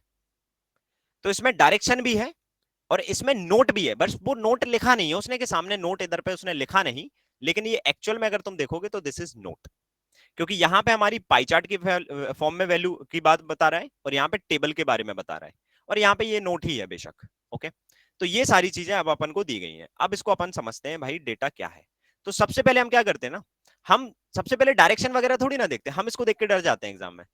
हम इसको देख के डर जाते हैं, अरे यार यहाँ पे तो ए की वैल्यू, बी की वैल्यू, सी की वैल्यू, डी की वैल्यू, ई की वैल्यू तो है, ए बी डी ई की वैल्यू है, लेकिन सी की वैल्यू नहीं है हमारे पास। सी यानी कि ये जो ग्रे वाला पोर्शन है, अब ये ग्रे वाला पोर्शन कौन सा है वो देखना पड़ेगा, लेकिन वो ग्रे वाला पोर्शन यहाँ पे उसने सी ऊपर ही लिख दिया, तो जरूरत नहीं है हमें लेजेंड्स की, है ना? तो हमको इसकी वैल्यू नहीं पता। अब देखते हैं भाई क्या कहानी है ना? अब देखना पड़ेगा हमें कि एक्चुअल में कहानी चल क्या रही है। चलो, तो यहां पे उसने बोला क्या? अब इसको देख के डरना नहीं है, पहली बात तो ना इसको देख के डरना है, क्योंकि देखो यहाँ पे भी वेरिएबल्स तुम्हारे बहुत हैं भाई, यहाँ पे भी वेरिएबल्स बहुत हैं, और ये जो वेरिएबल्स हैं, और ये जो वेरिएबल्स हैं, ये हमको बताते हैं भाई कुछ, कि क्या, कि ए की जो वैल्यू है और इसकी जो वैल्यू है, इसका कनेक्शन हमारे को पता पड़ गया कि इसका कनेक्शन किस तरह से हो रहा है। ये वाला जो कॉलम है ना, ये कॉलम हमारा पाई चार्ट से कनेक्ट हो रहा है, लेकिन अब वो किस तरह से कनेक्ट हो रहा है। अब आप बोलोगे कि मैं सीधा यहाँ पे 90 लिख दूं, तो ये आपकी मूर्खता है। पता है क्यों? ये मूर्खता इसलिए है क्योंकि पाई चार्ट में कभी भी एग्जैक्ट वैल्यू नहीं लिखी जाती है। पाई चार्ट में कभी भी एग्जैक्ट वैल्यू नहीं होती। पाई चार्ट या तो परसेंटेज पे बनता है या डिग्री पे बनता है। किस पे? या तो परसेंटेज पे या डिग्री पे। पाई चार्ट में डायरेक्ट वैल्यू कभी नहीं दी जाती, एग्जैक्ट वैल्यू कभी नहीं दी जाती। तो अब इसके लिए अपन को पढ़ना पड़ेगा। समझ रहे हो क्या बारीक बारीक सी चीजें मैं बता रहा हूं तुमको? देखिए, in Dehradun city there is an Indralok colony where 5 families, Gupta's family, Rana, Chauhan, Bisht and Sharma, तो 5 फैमिली रह रही हैं, ठीक है? Data are collected as their monthly expenditure on consumption of rice and price per kilogram in June 2015. तो rice कितना ये लोग कंज्यूम कर रहे हैं उसका डेटा दिया गया है, साथ ही साथ में मंथली एक्सपेंडिचर आपको दिया गया है ऑन कंजम्पशन ऑफ राइस, यानी मंथली कितना वो लोग राइस यूज करेंगे, और साथ में अगर एक्सपेंडिचर वर्ड है तो ये हमारा किसको डिफाइन कर रहा है, इसको, यानी प्राइस पर किलोग्राम इन जून, यानी प्राइस पर किलोग्राम। अब देखो यहां से, अब इस लाइन के बाद ना मोस्ट ऑफ द स्टूडेंट, मैं बोल रहा हूं अगर एग्जामिनेशन हॉल में 100 स्टूडेंट बैठे हैं ना तो 99 स्टूडेंट इसको पढ़ के आगे बढ़ जाएंगे, लेकिन मैं रुकूंगा वहां पे। पता है क्यों? मैं इसलिए रुकूंगा क्योंकि कंजम्पशन होता है एक अलग चीज और प्राइस होती है एक अलग चीज। प्राइस पर किलोग्राम जो है ना, प्राइस पर किलोग्राम का मतलब है एक रेट दिया गया है, जैसे 10 रुपए किलो चावल। अब 10 रुपए किलो चावल, क्या मंथली मेरा 10 रुपए किलो, 10 रुपए जाएगा क्या जेब से? नहीं नहीं नहीं नहीं नहीं। मंथली कंज्यूम कितना कर रहे हो तुम? अगर तुम मंथली 20 किलोग्राम कंज्यूम कर रहे हो, 10 रुपीज पर किलोग्राम उसकी रेट है, तो मेरी जेब से कितना जाएगा? 200 रुपए। समझ में आया? ये चीज समझने के लिए मैं रुकूंगा यहाँ पे। क्या आप रुकेंगे? रुकना पड़ेगा। आज से पहले नहीं रुकते थे, अब रुकना पड़ेगा, क्योंकि चीज सिर्फ पढ़ना नहीं है। रीडिंग का मतलब सिर्फ रीड लेना नहीं है, उसको समझना भी तो है। और ये तो आपकी हर एक डीआई में काम में आएगी ना चीज। इसलिए तो हमको डीआई टफ लगती है, क्योंकि हम बहुत तेजी से भागते हैं। तेजी से क्यों भागना है भाई? डायरेक्शन को, नोट को पढ़ने में टाइम दो, फिर क्वेश्चन जब करो ना वहां कैलकुलेशन में तेजी से भागो तुम। कोई नहीं रोक रहा है तुमको, कोई मना ही नहीं है। अच्छा, तो अल्टीमेटली अब हमको जरूरत किस चीज की है? एक तो प्राइस पर किलोग्राम की हमें जरूरत है, यानी रेट ऑफ राइस की जरूरत है, और साथ ही साथ में हमें कंजम्पशन किस में चाहिए? टोटल एग्जैक्ट वैल्यू में चाहिए। कंजम्पशन एग्जैक्ट वैल्यू में आएगा, प्राइस एग्जैक्ट वैल्यू में आएगी, दोनों का मल्टीप्लाई कराएंगे तो हमारे पास जेब से कितना खर्चा गया है मंथली वो आ जाएगा। ठीक है, ये समझाना। एक ही लाइन पढ़ी है अभी तक मैंने तुम्हारे लिए, एक ही लाइन पढ़ी है ना। अब अगर तुम टेबल को ध्यान से देखोगे तो ये वही एक लाइन है जो मैंने तुमको समझाई है। ये वही एक लाइन है जो मैंने तुमको समझाई है। देखो, सबसे पहले यहां पे टोटल एक्सपेंस लिखा है। अब ये टोटल एक्सपेंस हमारा, अब ये जो टेबल में डेटा है ये अपन को नहीं पता ये मंथली है या ईयरली है या क्वार्टरली है, आई डोंट नो अभी। लेकिन जहां तक मुझे पता है ये मंथली का अगर डेटा है तो ये मंथली हमको यहां मेंशन किया था, तो अभी हम मंथली लेके चलते हैं। बाकी जब तक टेबल का डेटा हमें नहीं बताया जाएगा तब तक तो हमें नहीं पता। कंजम्पशन ऑफ राइस दिया गया है, ए की वैल्यू आएगी, प्राइस पर किलोग्राम जेड की वैल्यू आएगी, इन दोनों का मल्टीप्लाई करके ये वैल्यू आने वाली है। बुझे? क्लियर हुआ? ये टेबल हमने समझ ली। कैसे समझ ली जान? तो वो लाइन हमने अच्छे से पढ़ी है बस, तो हमें टेबल समझ में आई है। अब आगे आओ, आगे क्या बोलता है? आगे बोलता है the pi chart given below shows the consumption of पर फैमिली इन डिग्री। तो बात, ये जो पाई चार्ट है ये डिग्री में दिया गया है अपन को। मैंने बोला था ना कि एग्जैक्ट वैल्यू नहीं होती है, ये हमारी किस फॉर्म में होती है? ये परसेंटेज या डिग्री के फॉर्म में होती है ना। तो ये डिग्री दी गई है हमें। अब देखो, अगर ये डिग्री दी गई है, मानते हैं, सो दिस इज हमारा 144। 144 एंड 90 कितना हो जाएगा अपने पास? 234, और 234 प्लस में 108 कितना हो जाएगा हमारा? दिस इज 12, 4, और ये हो जाएगा हमारा कितना? 3। तो 360 डिग्री में से अगर मैं 342 डिग्री लेस कर देता हूं तो मेरे पास बचेगा कितना? 18 डिग्री, है ना। सो ये सी की वैल्यू आ जाएगी 18 डिग्री। तो ये सी तो निकल गया भाई। सी हमारे को नहीं पता था ना, मिसिंग था ना, तो सी तो निकल गया 18 डिग्री। तो अब हमारे पास सारे डिग्री वैल्यू आ चुकी है, और इसलिए ये छोटा भी है, देखो कि ना अगर, तो ये छोटा सेगमेंट क्यों है? इसने कैसे बनाया ये डिग्री वाला वैल्यू? कैसे बनाया? इसने पहले सारी वैल्यू बनाई होंगी, और फिर जो डिग्री वाली वैल्यू है ना उसको इसने बैकस्पेस मार के इरेज कर दिया। जैसे अभी मैंने जो पाई चार्ट आपको बना के दिखाया था स्टार्टिंग में, उसने वही किया इधर से, बस और कुछ नहीं किया। बस हमको निकालवाने के लिए इसने समम करने के लिए बोल दिया, तो हमने निकाल लिया भाई, क्या दिक्कत है। अब आगे देखते हैं। And the table given below, या table below shows expenditure on rice, consumption of rice in kilogram. अब ये जो कंजम्पशन ऑफ राइस है ना ये किलोग्राम है, तो स्टार्टिंग में तुम्हारे को ये भी डाउट चलना चाहिए दिमाग में कि ये किलोग्राम में है या फिर ग्राम में है भाई। तो उसने मेंशन कर दिया, देखो डायरेक्शन में, कुछ चीजें वो डायरेक्शन में मेंशन कर देता है, कुछ चीजें टेबल में, इसलिए दोनों चीजें पढ़ना जरूरी है। एंड पर किलोग्राम प्राइसिंग, और ये जो प्राइस है ये पर किलोग्राम है, ठीक है। सम डेटा इज मिसिंग, कुछ डेटा यहां मिसिंग है। अब जैसे ये वाला डेटा मिसिंग है, ये वाला डेटा मिसिंग है ना, कुछ डेटा मिसिंग है। A quadratic equation itna equals to 0 where it is given that the sum of the root is 48 and also the value of c is 2 times of the root's value. Of the roots difference. Okay, nice nice nice nice. तो देखो भाई, simple सी कहानी है। अभी तक हमारे पास pie chart था, pie chart की एग्जैक्ट वैल्यू ना तो टोटल की दी गई थी हमें, और ना ही किसी एक एलिमेंट या किसी एक सेगमेंट की दी गई थी। तो यहां पे जो ये वैल्यू ऑफ सी है वो पाई चार्ट में ही है।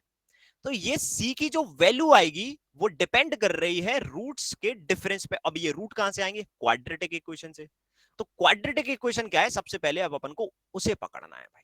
तो सबसे पहला सिद्धांत क्या है हमारा, सबसे पहला कर्तव्य क्या है कि इस क्वाड्रेटिक इक्वेशन को सॉल्व किया जाए। चलो भाई आ जाओ। अब इधर तो क्वेश्चन है, यहीं पे सॉल्व करना पड़ेगा मुझे। देखो, अब क्वाड्रेटिक इक्वेशन बोलती है कि इतना इतना इतना, ठीक है, where the sum of roots is इतना। अब सम ऑफ रूट्स क्या होता है भाई? Alpha plus beta equals to 48 equals to 572। अब ये अल्फा एंड बीटा हमारे रूट्स है। अल्फा एंड बीटा हमारे क्या है? रूट्स है, रूट्स ऑफ द इक्वेशन। यानी क्वाड्रेटिक इक्वेशन है तो दो रूट्स तो हमको मिलेंगे ही मिलेंगे। ओके। अच्छा, सम ऑफ रूट्स हमारा होता है माइनस बी अपॉन ए। अगर मैं इक्वेशन लिखता हूं 2x² minus p x plus q equals to 0, तो यहां पे इसको कंपेयर कराते हैं अपन ax² plus b x plus c equals to 0 से। तो a की वैल्यू कितनी हो गई? 2। बी की वैल्यू कितनी हो गई? अब ये वाला ए नहीं है दोस्त, नहीं तो कंफ्यूज हो जाओ। इसको कैपिटल लिख देता हूं मैं, ठीक है, नहीं तो कंफ्यूज हो जाओगे, अरे सर ये तो ए आ गया आपका। सो कैपिटल ए की वैल्यू हो गई 2, इसके साथ कंपेयर किया। बी को कंपेयर करेंगे इसके साथ, तो बी की वैल्यू हो गई माइनस पी, और सी होता है हमारा कांस्टेंट, तो सी की वैल्यू हो गई हमारी क्यू ओनली। तो ये हमारे पास वेरिएबल निकल के आ गया। अब ये क्यों निकाले? क्योंकि सम ऑफ रूट्स होता है हमारा माइनस बी अपॉन ए। तो minus b upon a equals to 48। तो पी की वैल्यू कितनी आ गई भाई? पी की वैल्यू आ गई 96। ओके। प्रोडक्ट ऑफ रूट होता है सी अपॉन ए, यानी कि क्यू अपॉन 2 इक्वल्स टू 572, यानी क्यू की वैल्यू आ जाएगी कितनी? 1144। ये हो गई क्यू की वैल्यू। हाँ जी, क्लियर हुआ? क्लियर? डन? आगे बढ़े? अब देखो, लेकिन अभी तक रूट्स नहीं आए। अभी तक रूट्स नहीं आए हमारे पास। अगर तुम ध्यान से देखोगे तो रूट्स नहीं आए अभी तक हमारे पास। हमारे पास पी और क्यू की वैल्यू आई है बस। Explain formula of roots. अब मैं वही तो बोल रहा हूं यार, मैंने क्या बोला था? Foundation is very necessary for this. Foundation classes जरूरी रहेंगी। क्यों जरूरी रहेंगी? यहां के लिए जरूरी रहेंगी, यहां के लिए जरूरी रहेंगी फाउंडेशन। अब अगर मैं यहां पे मान के चलो वो कंसेप्ट भी समझाने लगूं, ये क्लास तो चलेगी रात में 8 बजे तक। फिर समझो चीजों को। ओके। सम ऑफ रूट्स होता है हमारा, मैं बता देता हूं, सम ऑफ रूट्स होता है हमारा minus b upon a. Product of roots होता है हमारा सी अपॉन ए। और ये क्वाड्रेटिक इक्वेशन हमारी स्टैंडर्ड फॉर्म होती है ax² plus b x plus c equals to 0। A निकलता है यहां से, बी निकलता है यहां से, और सी निकलता है यहां से। इस इक्वेशन को हमने कंपेयर कराया था 2x² minus p x plus q equals to 0 से। तो ए x² का कैफिशिएंट ए है, तो यहाँ पे 2 है, तो ए की वैल्यू 2। एक्स का कोफिशिएंट यहाँ पे बी है, यहाँ पे माइनस पी है, तो बी की वैल्यू माइनस पी। देखो बी की वैल्यू माइनस पी, और सी की वैल्यू क्यू। ठीक है, समझ में आया? चलो खैर, अब इस तरह से हमारे पास पी और क्यू की वैल्यू तो आ गई, लेकिन पी और क्यू की वैल्यू से हम करेंगे क्या भाई? पी एंड क्यू थोड़ी ना चाहिए हमको, तो रूट्स चाहिए भाई। उन रूट्स का जो डिफरेंस होगा ना, वो हमारी होगी सी की वैल्यू। हमको रूट्स चाहिए, रूट्स थोड़ी ना मिले अभी तक हमें। आ जाओ तो फिर रूट्स ढूंढते हैं। तो रूट्स के लिए क्या करोगे भाई? ये जो इक्वेशंस की हमारी ये पी और क्यू की वैल्यू आई है वो यहां पे रख देंगे, यानी कि 2x² माइनस में पी की वैल्यू कितनी है? 96x, और प्लस क्यू की वैल्यू कितनी है? 11440। दिख रही है इक्वेशन? थोड़ा सा यहां लिख देता हूं, थोड़ा सा यहां लिख देता हूं। 2x² माइनस का 96x और प्लस का 1144 इक्वल्स टू 0। ठीक है, अब यहां पे 2 को ले लेता हूं कॉमन, तो बचेगा क्या? x² माइनस 48x और प्लस में 572 इक्वल्स टू 0। माइनस प्लस है तो प्लस प्लस आ जाएगा। 572 के ऐसे फैक्टर करो कि प्लस करने पे 48 आ जाए। क्या करना है भाई? 572 के ऐसे फैक्टर करना है कि प्लस करने पे 48 आ जाए। तो 572 को ब्रेक कर लेते हैं। तो देखो सबसे बड़े कौन से प्राइम नंबर से ये कट हो रहा है, सबसे बड़े प्राइम नंबर से कट करना है तुम्हारे को, सबसे बड़ा प्राइम नंबर।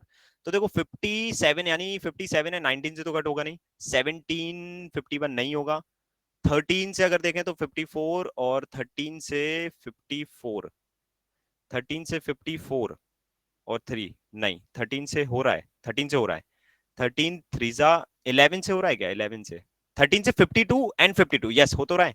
तो 13 से ये हो रहा है हमारा 13 4 और 13 4 44 प्लस 13 हमारे ये होते हैं क्या, नहीं।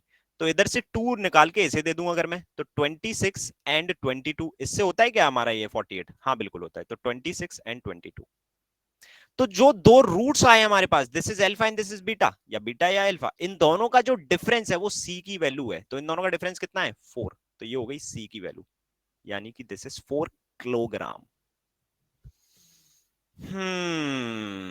अब ये तो 4 किलोग्राम आ गया भाई, ये तो 4 किलोग्राम आ गया। अच्छा, 2 time of the roots difference, अच्छा इसका भी 2 टाइम करना है, रूट का जो डिफरेंस आएगा ना उसका 2 टाइम करना है। तो ये 8 किलोग्राम आ गया, सॉरी 8 किलोग्राम आ गया हमारे पास। ओके, तो इसका ट्वाइस कर दिया अपन ने। तो सी की वैल्यू 8 आ गई। अब सी की वैल्यू 8 आ तो गई, लेकिन ये 18 डिग्री की वैल्यू है भाई। तो 18 डिग्री की वैल्यू कितनी है, 8। अब एक एक करके यहां पे देखो, ये 90 डिग्री, तो ए की वैल्यू 90 डिग्री बनाना है, तो 5 से मल्टीप्लाई इस साइड, 5 से दिस साइड, तो दिस इज 40। ठीक है, 108 बनाना है, 6 से इधर पे, 6 से इधर पे, 48। 18 हो चुका है। 72 बनाना है, 4 से इधर, 4 से इधर, 32। और ये भी 72, दिस इज 32। बोलो फटाफट, हाँ या ना, हो गया, इतना हो गया। अब देखो इस m की वैल्यू कितनी आएगी भाई, ये कंजम्पशन है, ये प्राइस पर किलोग्राम है, 75 इंटू 8, 75 का डबल 150, 8 का 4 यानी 600 रुपीज। क्या बात है। अब m की वैल्यू जैसे ही 600 आई यहां पे रखेंगे, तो यहां पे आ जाएगी इस वाली ब्लैंक की वैल्यू 30, आ जाएगी 30। अब 30 इंटू 32 करेंगे तो ये आ जाएगा तुम्हारा कितना, 960। क्या बात है, हो गया। अच्छा यहां पे तुम्हारा जो टोटल एक्सपेंस है वो कितना आएगा, 48x, क्योंकि इसका प्राइस नहीं पता, और यहां पे 32y। बहुत बढ़िया। अब x और y बचे हैं ना हमारे पास, तो x और y जो है वो अब निकलेंगे क्वेश्चन से। ये बन गई प्यारी सी टेबल हमारी, बुझे, ऐसे इंटरप्रेट करना होती हैं चीजें। एक क्वेश्चन करता हूं, बाकी तो खैर आप लोग करेंगे ही। एक क्वेश्चन करते हैं इसका, आओ। तो पहला क्वेश्चन इसमें क्या बोला गया हमसे, उसको देखते हैं। पहला क्वेश्चन बोला जाता है, if in the month of July 2015, अगर तुम्हारी रीडिंग पावर अच्छी होगी ना, तो मैं बिना पीछे पलटे अभी तुमको एक चीज बताऊंगा। क्या, कि ये जो जुलाई 2015 इसने दिया है ना भाई, डेटा तो जून 2015 का दिया था तुमने, यहां पे जुलाई का पूछ रहा हो तुम, समझ रहे हो। यानी जो भी ये वैल्यू दी गई है नीचे ग्राफ की, ये जून का डेटा है भाई हमारे पास, ये जुलाई का डेटा नहीं है। क्या समझे, समझ रहे हो। सो this is the power of reading. मतलब इतना तामझाम करने के बाद भी अगर तुमको ये छोटा सा पॉइंट याद है, तो तुम समझ लो तुम डीआई के भाई साहब क्या बन चुके हो उस समय। डीआई और पजल के तुम बन चुके हो बेताज बादशाह। ताज नहीं है, बस ताज हो जाएगा तुम्हारे पास कब, जब एग्जाम क्लियर हो जाएगा। समझ में आ रहा है तुम्हें। तो this is the power of reading, कि सब कुछ कर लो। और ये पता है कब होता है, ये तब होता है जब आप जिस समय जो कर रहे हो ना सिर्फ उसी के बारे में सोचो। मैं नहीं सोच रहा हूं मेरे 1 लाख सब्सक्राइबर हुए हैं, मैं नहीं सोच रहा हूं स्टूडेंट कितने बैठे हैं, मैं नहीं सोच रहा हूं, मैं सिर्फ और सिर्फ आपके लिए ये एक्सप्लेन कर रहा हूं। और आप भी जिस समय ये डीआई कर रहे होंगे तो सिर्फ उसी के बारे में सोचो, आगे क्या क्वेश्चन है एग्जाम में, आगे कौन सी पजल है, पजल बेकार चली गई पिछले सेक्शन में, इंग्लिश बेकार चला गया, कुछ मत सोचो। वो जो चला गया वो चला गया, इसको बेकार मत करो। जो आएगा वो आएगा, इसको बेकार मत करो। समझ में आया। जब इतना अच्छे से कंसंट्रेशन तुम्हारा रहेगा ना, तो हर एक वर्ड पकड़ लोगे तुम भाई साहब, हर एक वर्ड। ठीक है। तो मुझे पता पड़ गया था भाई कि जून का डेटा है, यहाँ पे जुलाई दे रहा है, तो अब जुलाई का डेटा वो बनवाएगा जून के डेटा से कंपेयर करके। मैंने पढ़ा नहीं, देख लेना इधर पे। So if in the month of July 2015, total expenditure of the Sharma family is increased by 20% as compared to the previous month. मैंने बोला ना previous month से बन पाएगा वो. तो शर्मा फैमिली का 2015 में जून में कितना हो रहा था, यही तो है शर्मा फैमिली. तो शर्मा फैमिली का यहां पे ये वैल्यू आई थी 960 का, टोटल एक्सपेंडिचर हो रहा था 960 का. अब इस 960 को सबसे पहले तो तुम 20% इंक्रीज कर दो, यानी 120% से मल्टीप्लाई, तो ये हो गया इसका जुलाई का एक्सपेंडिचर. तो जुलाई का एक्सपेंडिचर कितना हो गया 96 इंटू 12. मैं नहीं कर रहा अभी मल्टीप्लाई, बाद में देखेंगे भाई. But their consumption remain same, but इनका जो कंजम्पशन है ना वो सेम है. तो देखो एक्सपेंडिचर जो हमारा बनता है वो किस तरह से बनता है, कंजम्पशन में मल्टीप्लाई कर देते हैं प्राइस का. तो एक्सपेंडिचर तो बनना है 96 इंटू 12, लेकिन कंजम्पशन सेम है. तो पहले कंजम्पशन कितना था शर्मा फैमिली का, 32 किलोग्राम. तो दिस इज 32 किलोग्राम. तो यहां से प्राइस इसकी न्यू निकलेगी फिर तो इस हिसाब से, क्योंकि 32 से ये 3 टाइम कट जाएगा, तो प्राइस निकल के आ जाएगी कितनी, न्यू प्राइस इसकी निकल के आ जाएगी 36 रुपीज पर किलोग्राम. क्या बोलती है public.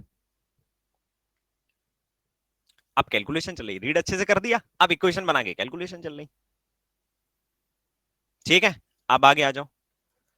Same now square root of the new price of Sharma family. अब जो न्यू प्राइस आई है ना उसका स्क्वायर रूट कर दो, तो 6 वैल्यू निकल के आ गई. अब इस 6 का क्या करना है, विल बिकम द पर kilogram price of Gupta family. तो ये जो प्राइस बनी है ये गुप्ता फैमिली की प्राइस बन गई, न्यू प्राइस. तो गुप्ता फैमिली की प्राइस जो है न्यू वाली वो कितनी बन गई, 6 रुपीज पर किलोग्राम. क्या कहते हो, बन गई. अब देखो आगे, then find the difference between the total expenditure of Chauhan and Gupta family.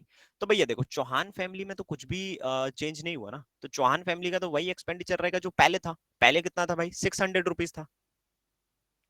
Gupta family का चेंज हो गया, गुप्ता फैमिली की प्राइस चेंज हुई, कंजम्पशन चेंज नहीं हुआ. तो कंजम्पशन गुप्ता फैमिली का कितना था, एक ही वैल्यू, और एक ही वैल्यू कितनी थी भाई 40. तो गुप्ता फैमिली का एक्सपेंडिचर कितना निकलेगा, कंजम्पशन इनटू क्या, प्राइस. तो दिस इज 240. तो 240 रुपीज निकला है गुप्ता फैमिली का एक्सपेंडिचर, और 600 निकला है तुम्हारा चौहान फैमिली का. तो दोनों का डिफरेंस कितना, 360 रुपीज. आंखों से तूने ये क्या कह दिया. This is tough DI, variable से भरपूर डीआई.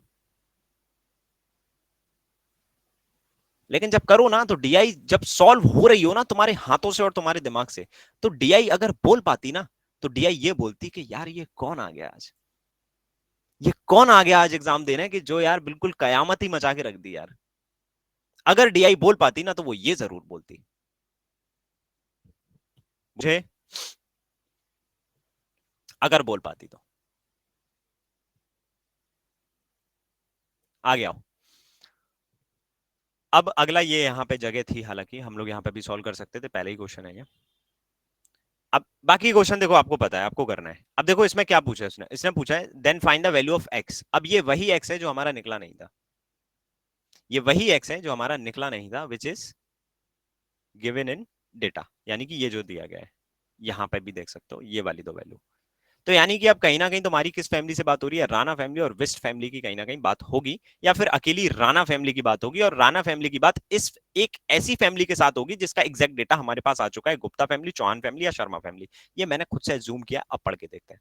तो यहाँ पे राणा फैमिली की बात हो रही है, और साथ ही साथ में अगर तुम देखोगे तो चौहान फैमिली की बात हो रही है. सिंपल हो जाएगा क्वेश्चन भाई तुम्हारा. समझे. सर एक डाउट है इसमें, ये तो नहीं लिखा है ना कि गुप्ता फैमिली का सेम है 2015 में. मैंने मान लिया भाई, लेकिन उसमें चेंज भी तो नहीं हो रहा है, गुप्ता फैमिली का कुछ चेंज भी तो नहीं हो रहा है. और अगर गुप्ता फैमिली का चेंज नहीं हो रहा है, तो यहाँ पे चेंज सिर्फ जुलाई 2015 का जो शर्मा फैमिली का करवाया है ना, वो ये वाली वैल्यू बनवाना चाहता था, इसका स्क्वायर रूट करके ये बनवाना चाहता था. सिंपल है ना. पूछे. तो ये वाला आप लोग करेंगे खुद से, और ये वाला भी आप लोग करेंगे खुद से. ठीक है ना. अब आ जाओ पाई ऑफ पाई पे. हम्म पाई ऑफ पाई भी समझ लीजिए. अब पाई ऑफ पाई है कुछ नहीं, देखो मैं आपको पहले ही बता चुका हूं, कुछ नहीं है. इधर से ये एक्चुअल में ना, ये जो डेटा है ये तुम्हारे 4 सेगमेंट बटे होंगे इसमें, एक ये, एक ये, एक ये, एक ये. अब इसमें से उसने किया क्या कि ये सेगमेंट हटा के इसको एक बनाया और इस एक से इधर पे पाई ऑफ पाई बना दी, अभी बना के जो दिखाई थी मैंने।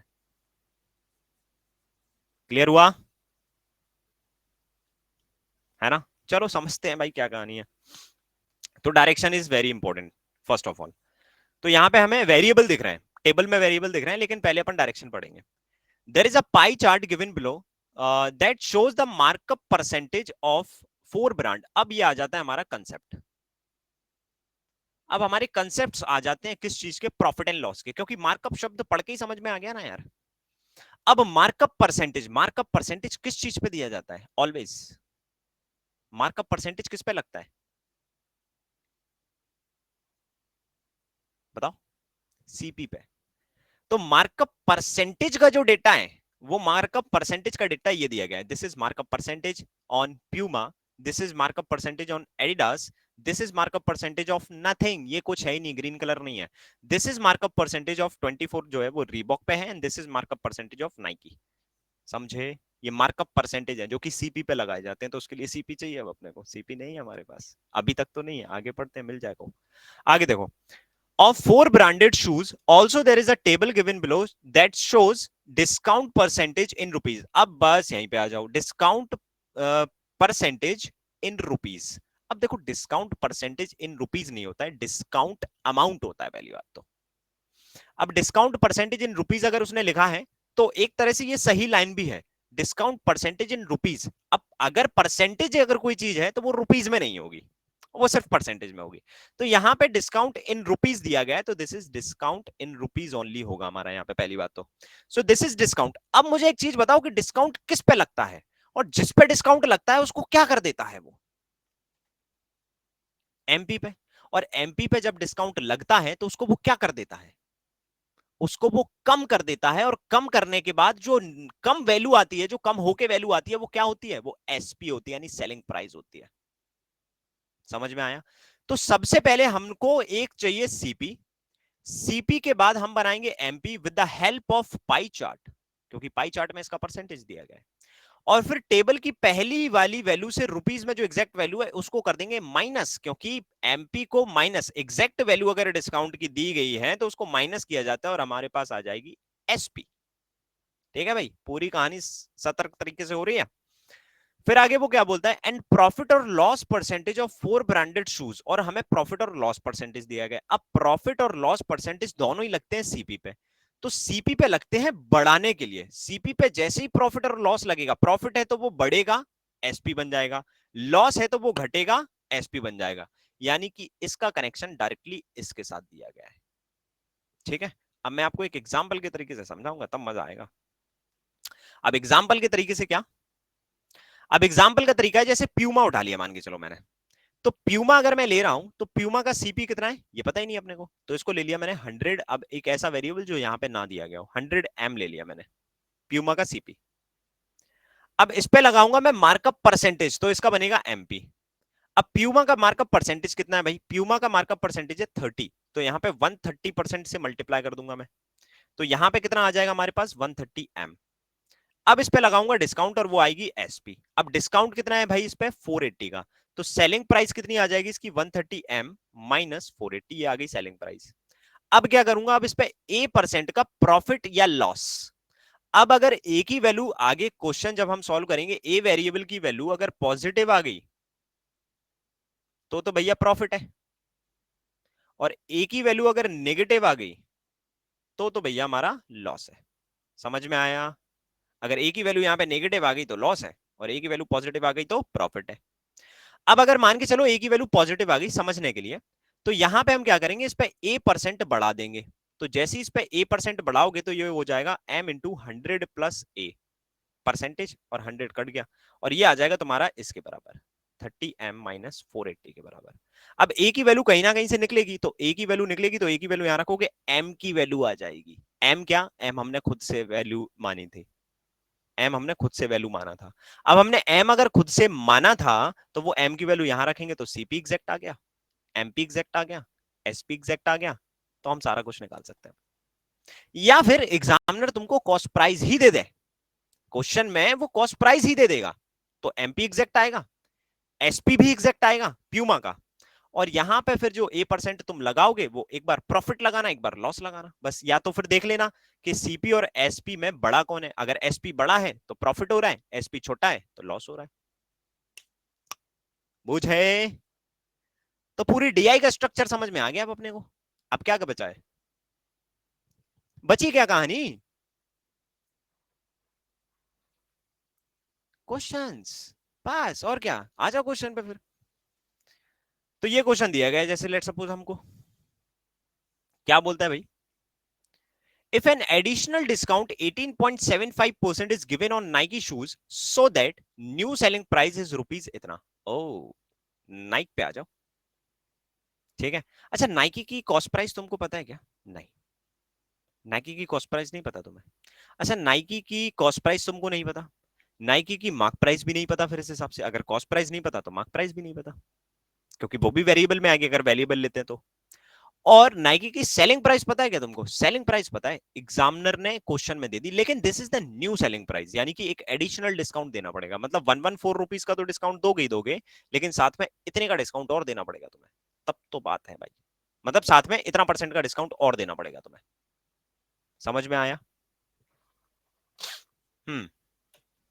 अच्छा, और ये डिस्काउंट होते हैं सक्सेसिव। जैसे लेट सपोज, एक एग्जांपल के लिए मैं तुमको बता दूं कि 514 रुपए एमपी होती है, 514।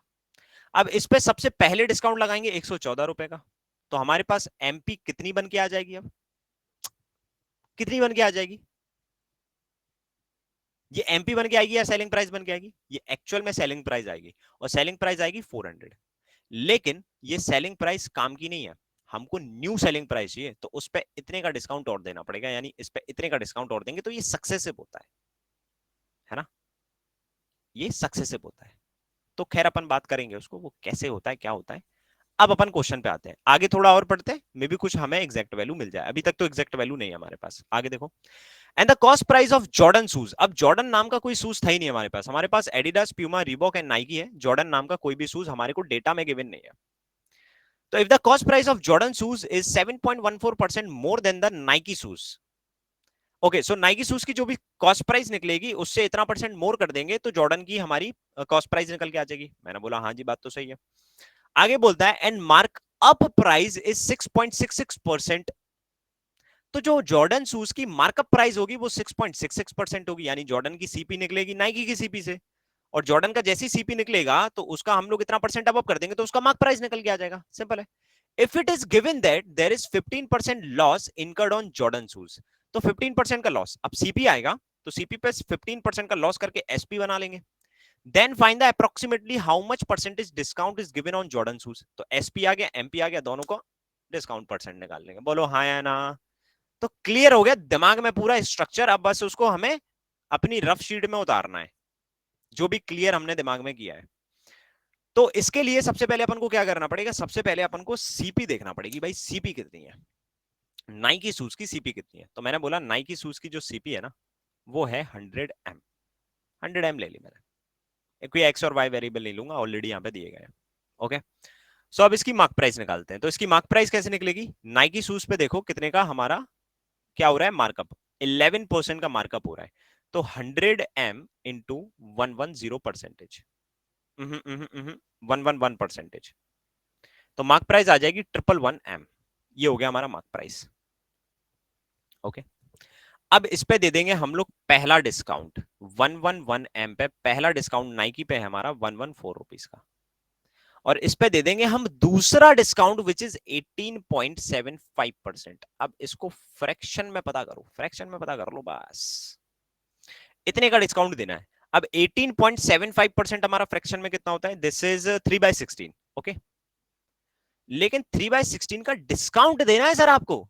डिस्काउंट, ये तो इतने की वैल्यू निकली है, इतने का डिस्काउंट देना है, तो हम लोग क्या करेंगे? 100% माइनस इतना करेंगे ना, तो यहां पे भी हम क्या करेंगे? 1 माइनस 3/16 करेंगे, सो दिस इज 13/16 से इसमें मल्टीप्लाई कर देंगे। तो यहां पे मल्टीप्लाई कर देंगे हम लोग 13/16 से, तो ये आ गई हमारी न्यू सेलिंग प्राइस। ओके, समझ में आया? बताओ फटाफट। और जो न्यू सेलिंग प्राइस आई है ना, वो न्यू सेलिंग प्राइस है 1170 रुपीज के बराबर। तो यानी कि 11 1m माइनस 1 इंटू 13/16 इक्वल्स में कितना आ जाएगा हमारे पास 1170, यानी 13 से ये कट जाएगा 90 time. So this is 111m minus 114 equals to 1440। ये हो गया हमारा क्या, ये क्या हो गया हमारा इक्वेशन हो गया। और क्या, तो 111m इक्वल्स टू कितना आ जाएगा, दिस इज 114, इसमें ऐड हो जाएगा तो यहाँ पे हो जाएगा 54 एंड दिस इज 51। क्या कह रहे हो, हाँ या ना बताओ फटाफट से। ओके, अब 111 से ये वैल्यू घटेगी भाई, 111 से नहीं कटेगी तो 3 से तो कटना ही कटना है, क्योंकि 3 से ये कटता है तुम्हारा 37 टाइम, और 3 से 5 टाइम, और 1 8 टाइम। अब 37 से कटेगा ये, अब लास्ट में 8 आ रहा है, यहाँ पे 7 है तो 4 टाइम, और इधर पे आ जाएगा तुम्हारा 14। यस, तो m की वैल्यू हो जाएगी 14। तो m की वैल्यू 14 हो गई दोस्त। तो यहां से अब आगे का जो क्वेश्चन था उसको देखते हैं।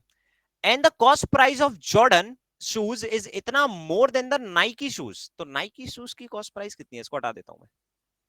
नाइकी शूज की कॉस्ट प्राइस कितनी है भाई, 100m, यानी कि 1400, है ना। अब इसका इतना परसेंट मोर करना है। अब आपको पता है 14.28% कितना होता है हमारा, 1/7 होता है, 1/7। अगर मैं इसका आधा कर दूं तो ये 7.14 हो जाएगा, तो इसका भी आधा कर देंगे तो 1/14। लेकिन 1/14 तो इसकी परसेंटेज की वैल्यू ही, हमें इतना मोर करना है, यानी कि 1 + 1/14, यानी कि 15/14। तो जैसे ही 15/14 करेंगे तो यहां पे आ जाएगा हमारे पास 1500, यानी सीपी ऑफ जॉर्डन हमारे पास कितना आ जाएगा 1500। नाइस ना, बढ़िया। अब आगे क्या बोला, if it is given that there is, अच्छा आगे एक चीज और भी है, एंड मार्कअप प्राइस इज इतना। अब मार्कअप प्राइस 6.66, आपको पता है क्या 66.66% की वैल्यू कितनी होती है, 2/3 होती है। एक पॉइंट यहां पे खिसकाऊंगा तो यहां पे एक जीरो लग जाएगा, है ना। तो 6.66% की वैल्यू होती है 2/30, या फिर 1/15, 1/15। लेकिन 1/15 तो इसकी वैल्यू हुई, इतना मार्कअप करना है तो 1 + 1/15 यानी कि 16/15 कर देंगे तो मार्क प्राइस निकल के आ जाएगी। 1500 का 16/15 कर देंगे तो ये आ जाएगा 1600 रुपए। ये हो गया क्या इसका मार्क प्राइस। आगे, if it is given that there is 15% loss incurred on Jordan, तो यहाँ पे 15% का लॉस है। अब लॉस बनेगा यहां से, तो इसकी सेलिंग प्राइस कितनी आ जाएगी, 15% का लॉस है ना, तो 1500 में 85% का मल्टीप्लाई कर देंगे, परसेंट से दोनों जीरो गॉन, ये हो जाएगा 120 और ये हो जाएगा 75, यानी कि 1275 हो जाएगा हमारा क्या सेलिंग प्राइस। तो उसने पूछा क्या, then find the approximately how much percentage discount is given on the Jordan shoes. तो डिस्काउंट परसेंटेज निकालना है, तो मार्क प्राइस कितनी है भैया 1600, सेलिंग प्राइस कितनी है 1275, अप्रोक्सीमेटली निकालना है। तो पहले तो कुछ वैल्यू कट कर लेते हैं। 25 से ये 100 कटता है 4 टाइम, और 25 से ये वाली वैल्यू कटेगी 25 5 जा 25 1 जा, समझे। सो ये हो जाएगी 64 और ये हो जाएगी 51। 64 से कितना कम हो, 64 से कितना कम हो 13, कितने से 64 से, तो 100 से मल्टीप्लाई परसेंटेज निकालना है। तो 4 से दिस इज 16 टाइम, 4 से दिस इज 25 टाइम, ये हो जाएगा हमारा कितना 15 दूनी 26, और ये हमारा 1315, और अपॉन में 16। अच्छा 16 वन जा 16 जाएगा, 16 टू जा तो जा नहीं पाएगा, लेकिन अगर मैं 16 टू जा करता तो 320 होता, तो 19% अप्रोक्सीमेटली इज द आंसर, क्योंकि हमें अप्रोक्सीमेटली निकालना है। सो 19% अप्रोक्सीमेटली इज द आंसर। पूरा प्रॉफिट एंड लॉस हो गया तुम्हारा कवर, पूरा प्रॉफिट एंड लॉस खाली हो गया इसमें एक क्वेश्चन में। क्या कहता हो, क्या बात है।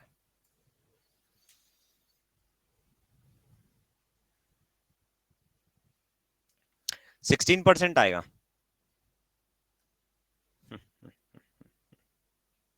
देखो 1315/16 है, बेस हमारा 100% होता है, तो 100% की वैल्यू हमारे पास 16 है। अपन को बनाना है यहां तक की वैल्यू, तो यहां तक की अगर मेरे को वैल्यू बनाना है, एक सेकंड, बेस जो है वो हमारा कितना है 16 है ना, तो हाँ ये वाली वैल्यू जो है, क्या हो गया यार, ये इतना ही आया था ना, ये वैल्यू इतनी तो थी। इतनी तो है, अरे इसमें तुम टेंशन क्यों ले रहे हो। 16 से चलो कट कर देता हूं मैं, 16 वन जा 16 हो गया। अच्छा बचेगा कितना मेरे पास, 15, तो 155। अब 16 फोर जा ही तो जाएगा, सॉरी 16 नाइन जा ही तो जाएगा, 16 टेन जा तो 120, सॉरी 160 होते हैं ना, तो 115 ही बचा है हमारे पास। तो 19 पॉइंट कुछ कुछ आएगा। और यहाँ पे बचेगा फिर 11, तो 11 बचेगा, पॉइंट लगाएंगे, जीरो लगा देंगे, तो 16 फिर 6 चला जाएगा, तो 19.6 ही तो आएगा, अप्रोक्सीमेटली 90 तो बोलेंगे इसे। काहे परेशान हो रहे हो भाई, 16 कैसे आ जाएगा यार, 16% कैसे आ जाएगा, 16 16 तो 256 होते हैं दोस्त।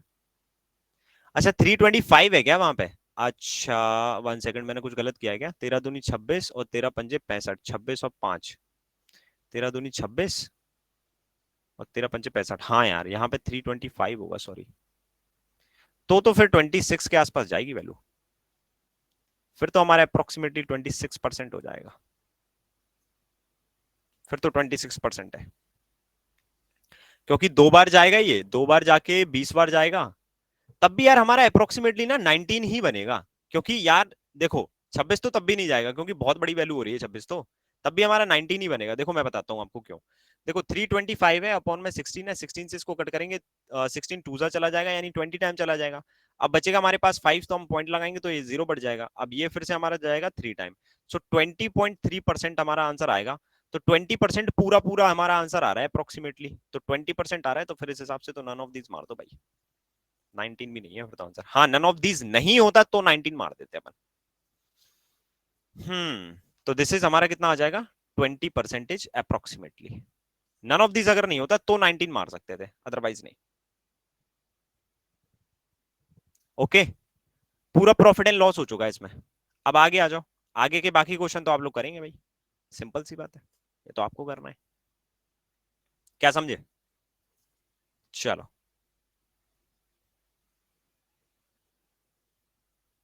4 क्वेश्चन है इसमें, है ना? हाँ। अब देखो भाई, एक अपने पास है केसलेट। अब केसलेट भी है भाई, तुम ये देखो, अगर कोई क्वेश्चन नहीं हुआ तो, अगर कोई क्वेश्चन नहीं हुआ तो आपके लिए ग्रुप बना हुआ है, वहां पे ग्रुप पे डिस्कस कर सकते हैं, और मैं भाग थोड़ी ना रहा हूं। अगर कोई क्वेश्चन नहीं हुआ तो नेक्स्ट क्लास में कर लेंगे। और क्यों नहीं हुआ, क्यों नहीं हुआ मेरे को ये बताओ ना, कि क्यों नहीं हुआ अगर कोई क्वेश्चन तो? सारी जिम्मेदारी मेरी है क्या? मान के चलो कि अगर कोई क्वेश्चन नहीं हुआ और एग्जाम में भी नहीं हुआ, तो उस अगर का क्या करोगे? अगर कोई एग्जाम में क्वेश्चन नहीं हुआ, उस अगर का क्या करोगे? तो अभी से हैबिट ये चीज डालो। और मैं ये क्यों बोल रहा हूं, कि जो मैंने आपको सिखाया है वो आप एक्चुअल में सीखे भी होगे या नहीं?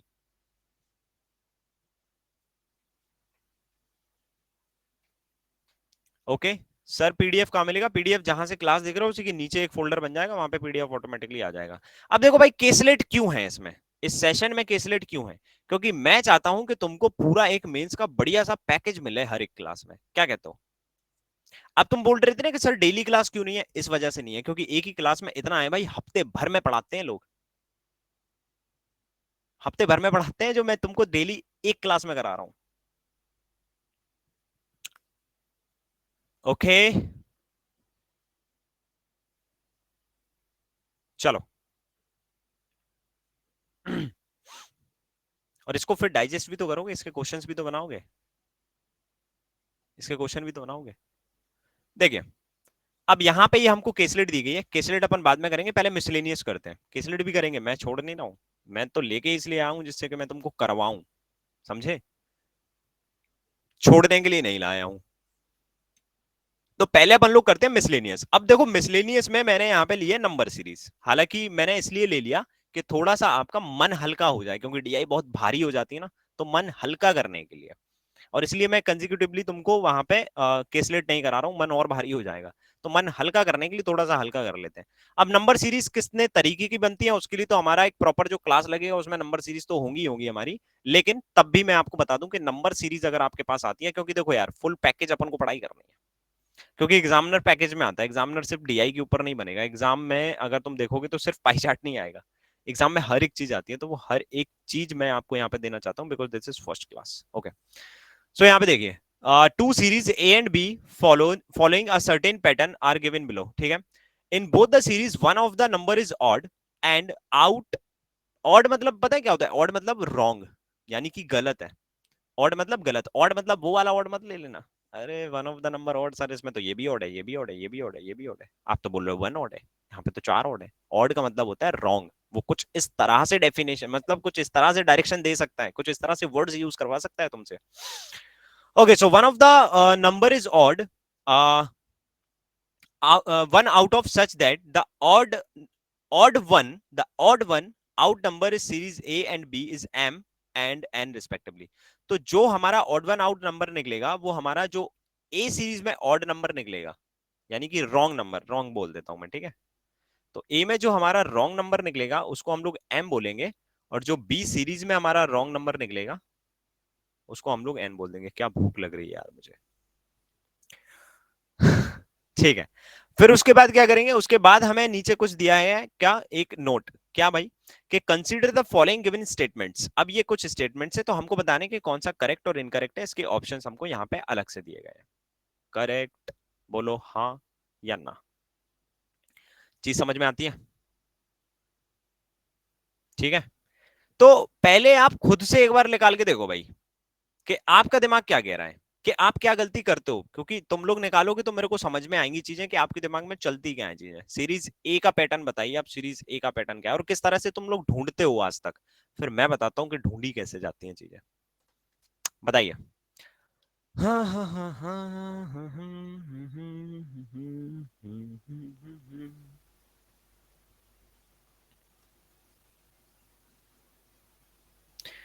मजा आ गया होगा लेकिन क्लास में आज, क्या कहते हो?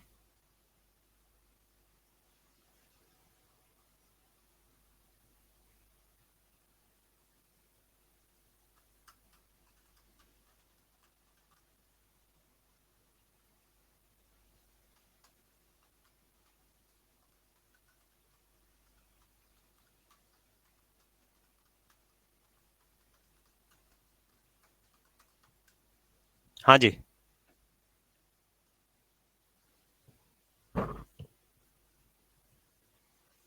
देखो, अब पहली सीरीज देखिए भाई। सबसे पहला जो हमारा दिमाग काम करता है ना, वो किस तरह से करता है कि डिफरेंस निकाल लो। अधिकतर हमेशा यही काम करता है। लेकिन देखो, अगर अब तुम्हारा दिमाग बोल रहा है कि डिफरेंस निकालना है, तो कभी भी पहले पॉइंट से डिफरेंस मत निकाला करो, क्योंकि पहले पॉइंट से डिफरेंस निकालने में होता क्या है कि केसेस मल्टीपल मिलते हैं तुम्हें। तो कोशिश ये करो कि बीच में कहीं डिफरेंस निकालो। अब देखो, डिफरेंस में निकाल तो लूं, लेकिन यार यहाँ पे बहुत बड़ा डिफरेंस आ जाएगा 1000 के फॉर्म में। 900 1000 मतलब 1000 के फॉर्म में डिफरेंस आएगा, और यहाँ पे तो बहुत बड़ा। और यहाँ पे अगर तुम देखोगे ना तो बिल्कुल छोटे छोटे डिफरेंस आ रहे हैं। अब यहां से यहां तक ये डिफरेंस वाली सीरीज लग रही है, लेकिन जैसे ही इन दोनों नंबर को मैं देख रहा हूं तो यहाँ पे मल्टीप्लाई वाली सीरीज दिख रही है। यहाँ पे मल्टीप्लाई करने का मन कर रहा है 3 का, लेकिन यहाँ पे मैं कितने का करूं, तो फिर मैं अटक जा रहा हूं। तो हो सकता है कि सर यही वाला नंबर ऑड हो हमारा, लेकिन अगर ये ऑड है तो फिर मल्टीप्लाई करना पड़ेगा। तो कहानी क्या है भाई, तो कहानी यही है कि इसका डिफरेंस निकाल के देखो, तुमको सब चीजें दिख जाएंगी। अब अगर मैं इसका डिफरेंस निकालता हूं तो यहाँ पे 40 मिलता है मेरे को, है ना।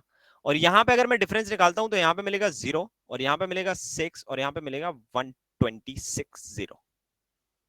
सही है, सॉरी, इन दोनों का 126 और 0, यहाँ पे इतना मिलेगा। अच्छा, यहाँ डिफरेंस कितने का मिलेगा, यहाँ 3 का मिलेगा डिफरेंस, और यहाँ कितने का डिफरेंस मिलेगा, यहाँ पे 1 का मिलेगा डिफरेंस। इसका भी निकाल ही लेते हैं लगे हाथ। तो यहाँ पे मिलेगा 3 का, यहाँ पे मिलेगा 2 का, और यहाँ पे 0 का, और यहाँ पे मिलेगा तुमको 3 का। ये डिफरेंस मिला है। कुछ दिख रहा है तुमको इसमें? कुछ दिख रहा है?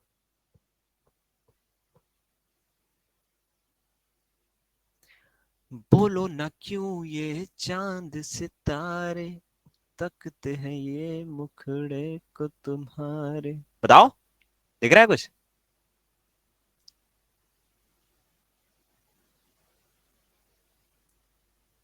झुके बदन बिरहा क्यों तरसी। देखो, नहीं दिख रहा, धुंधला है। अच्छा, सुनाई दे रहा है तुमको, गाना सुनाई दे रहा है। मैं बताता हूं। ये कुछ ऐसे पैटर्न होते हैं जो मेंस में आपका दिमाग खराब करने के लिए काफी है। ये मेंस में आपका दिमाग खराब करने के लिए काफी है। देखो, जब भी ऐसी सीरीज में फंसो, तो अब ऐसी सीरीज में क्या समझो कि ये जो इंडिविजुअल नंबर है ना, ये जो इंडिविजुअल्स नंबर है, ये इंडिविजुअल नंबर किस तरह से आ सकते हैं। तो अब ये किस तरह से आ सकते हैं, तो हमारे पास इंडिविजुअल नंबर है 1 3 40 1260 और दिस इज 3023। अब ये किस तरह से आ सकते हैं इंडिविजुअल नंबर, उसकी बात करते हैं अपन। देखो ये तो पहला ऑड नंबर है, ये भी ऑड नंबर है, बट ये हमारा ऑड नंबर नहीं है। अच्छा 40 में इसका कुछ ना कुछ मल्टीप्लाई करें तो हम आ सकते हैं, लेकिन इसमें 3 का मल्टीप्लाई करें लेकिन उसके लिए कुछ प्लस माइनस करना पड़ेगा, लेकिन इधर पे जो मल्टीप्लाई हो रहा है और इधर जो मल्टीप्लाई हो रहा है इसमें बड़ा अंतर है, उसमें भी बड़ा अंतर है। तो ये जो नंबर इंडिविजुअल है ना, इन इंडिविजुअल नंबर को देखो,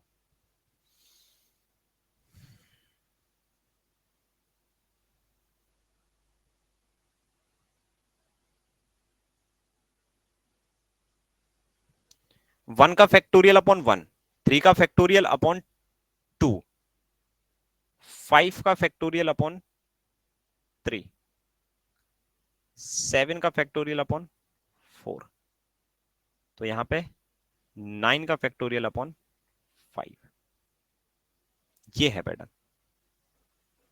अब बोलोगे सर इतना खतरनाक, तो बात ये है जब चीजें देखोगे ना तो तुम्हें धीरे धीरे समझ में आएंगी।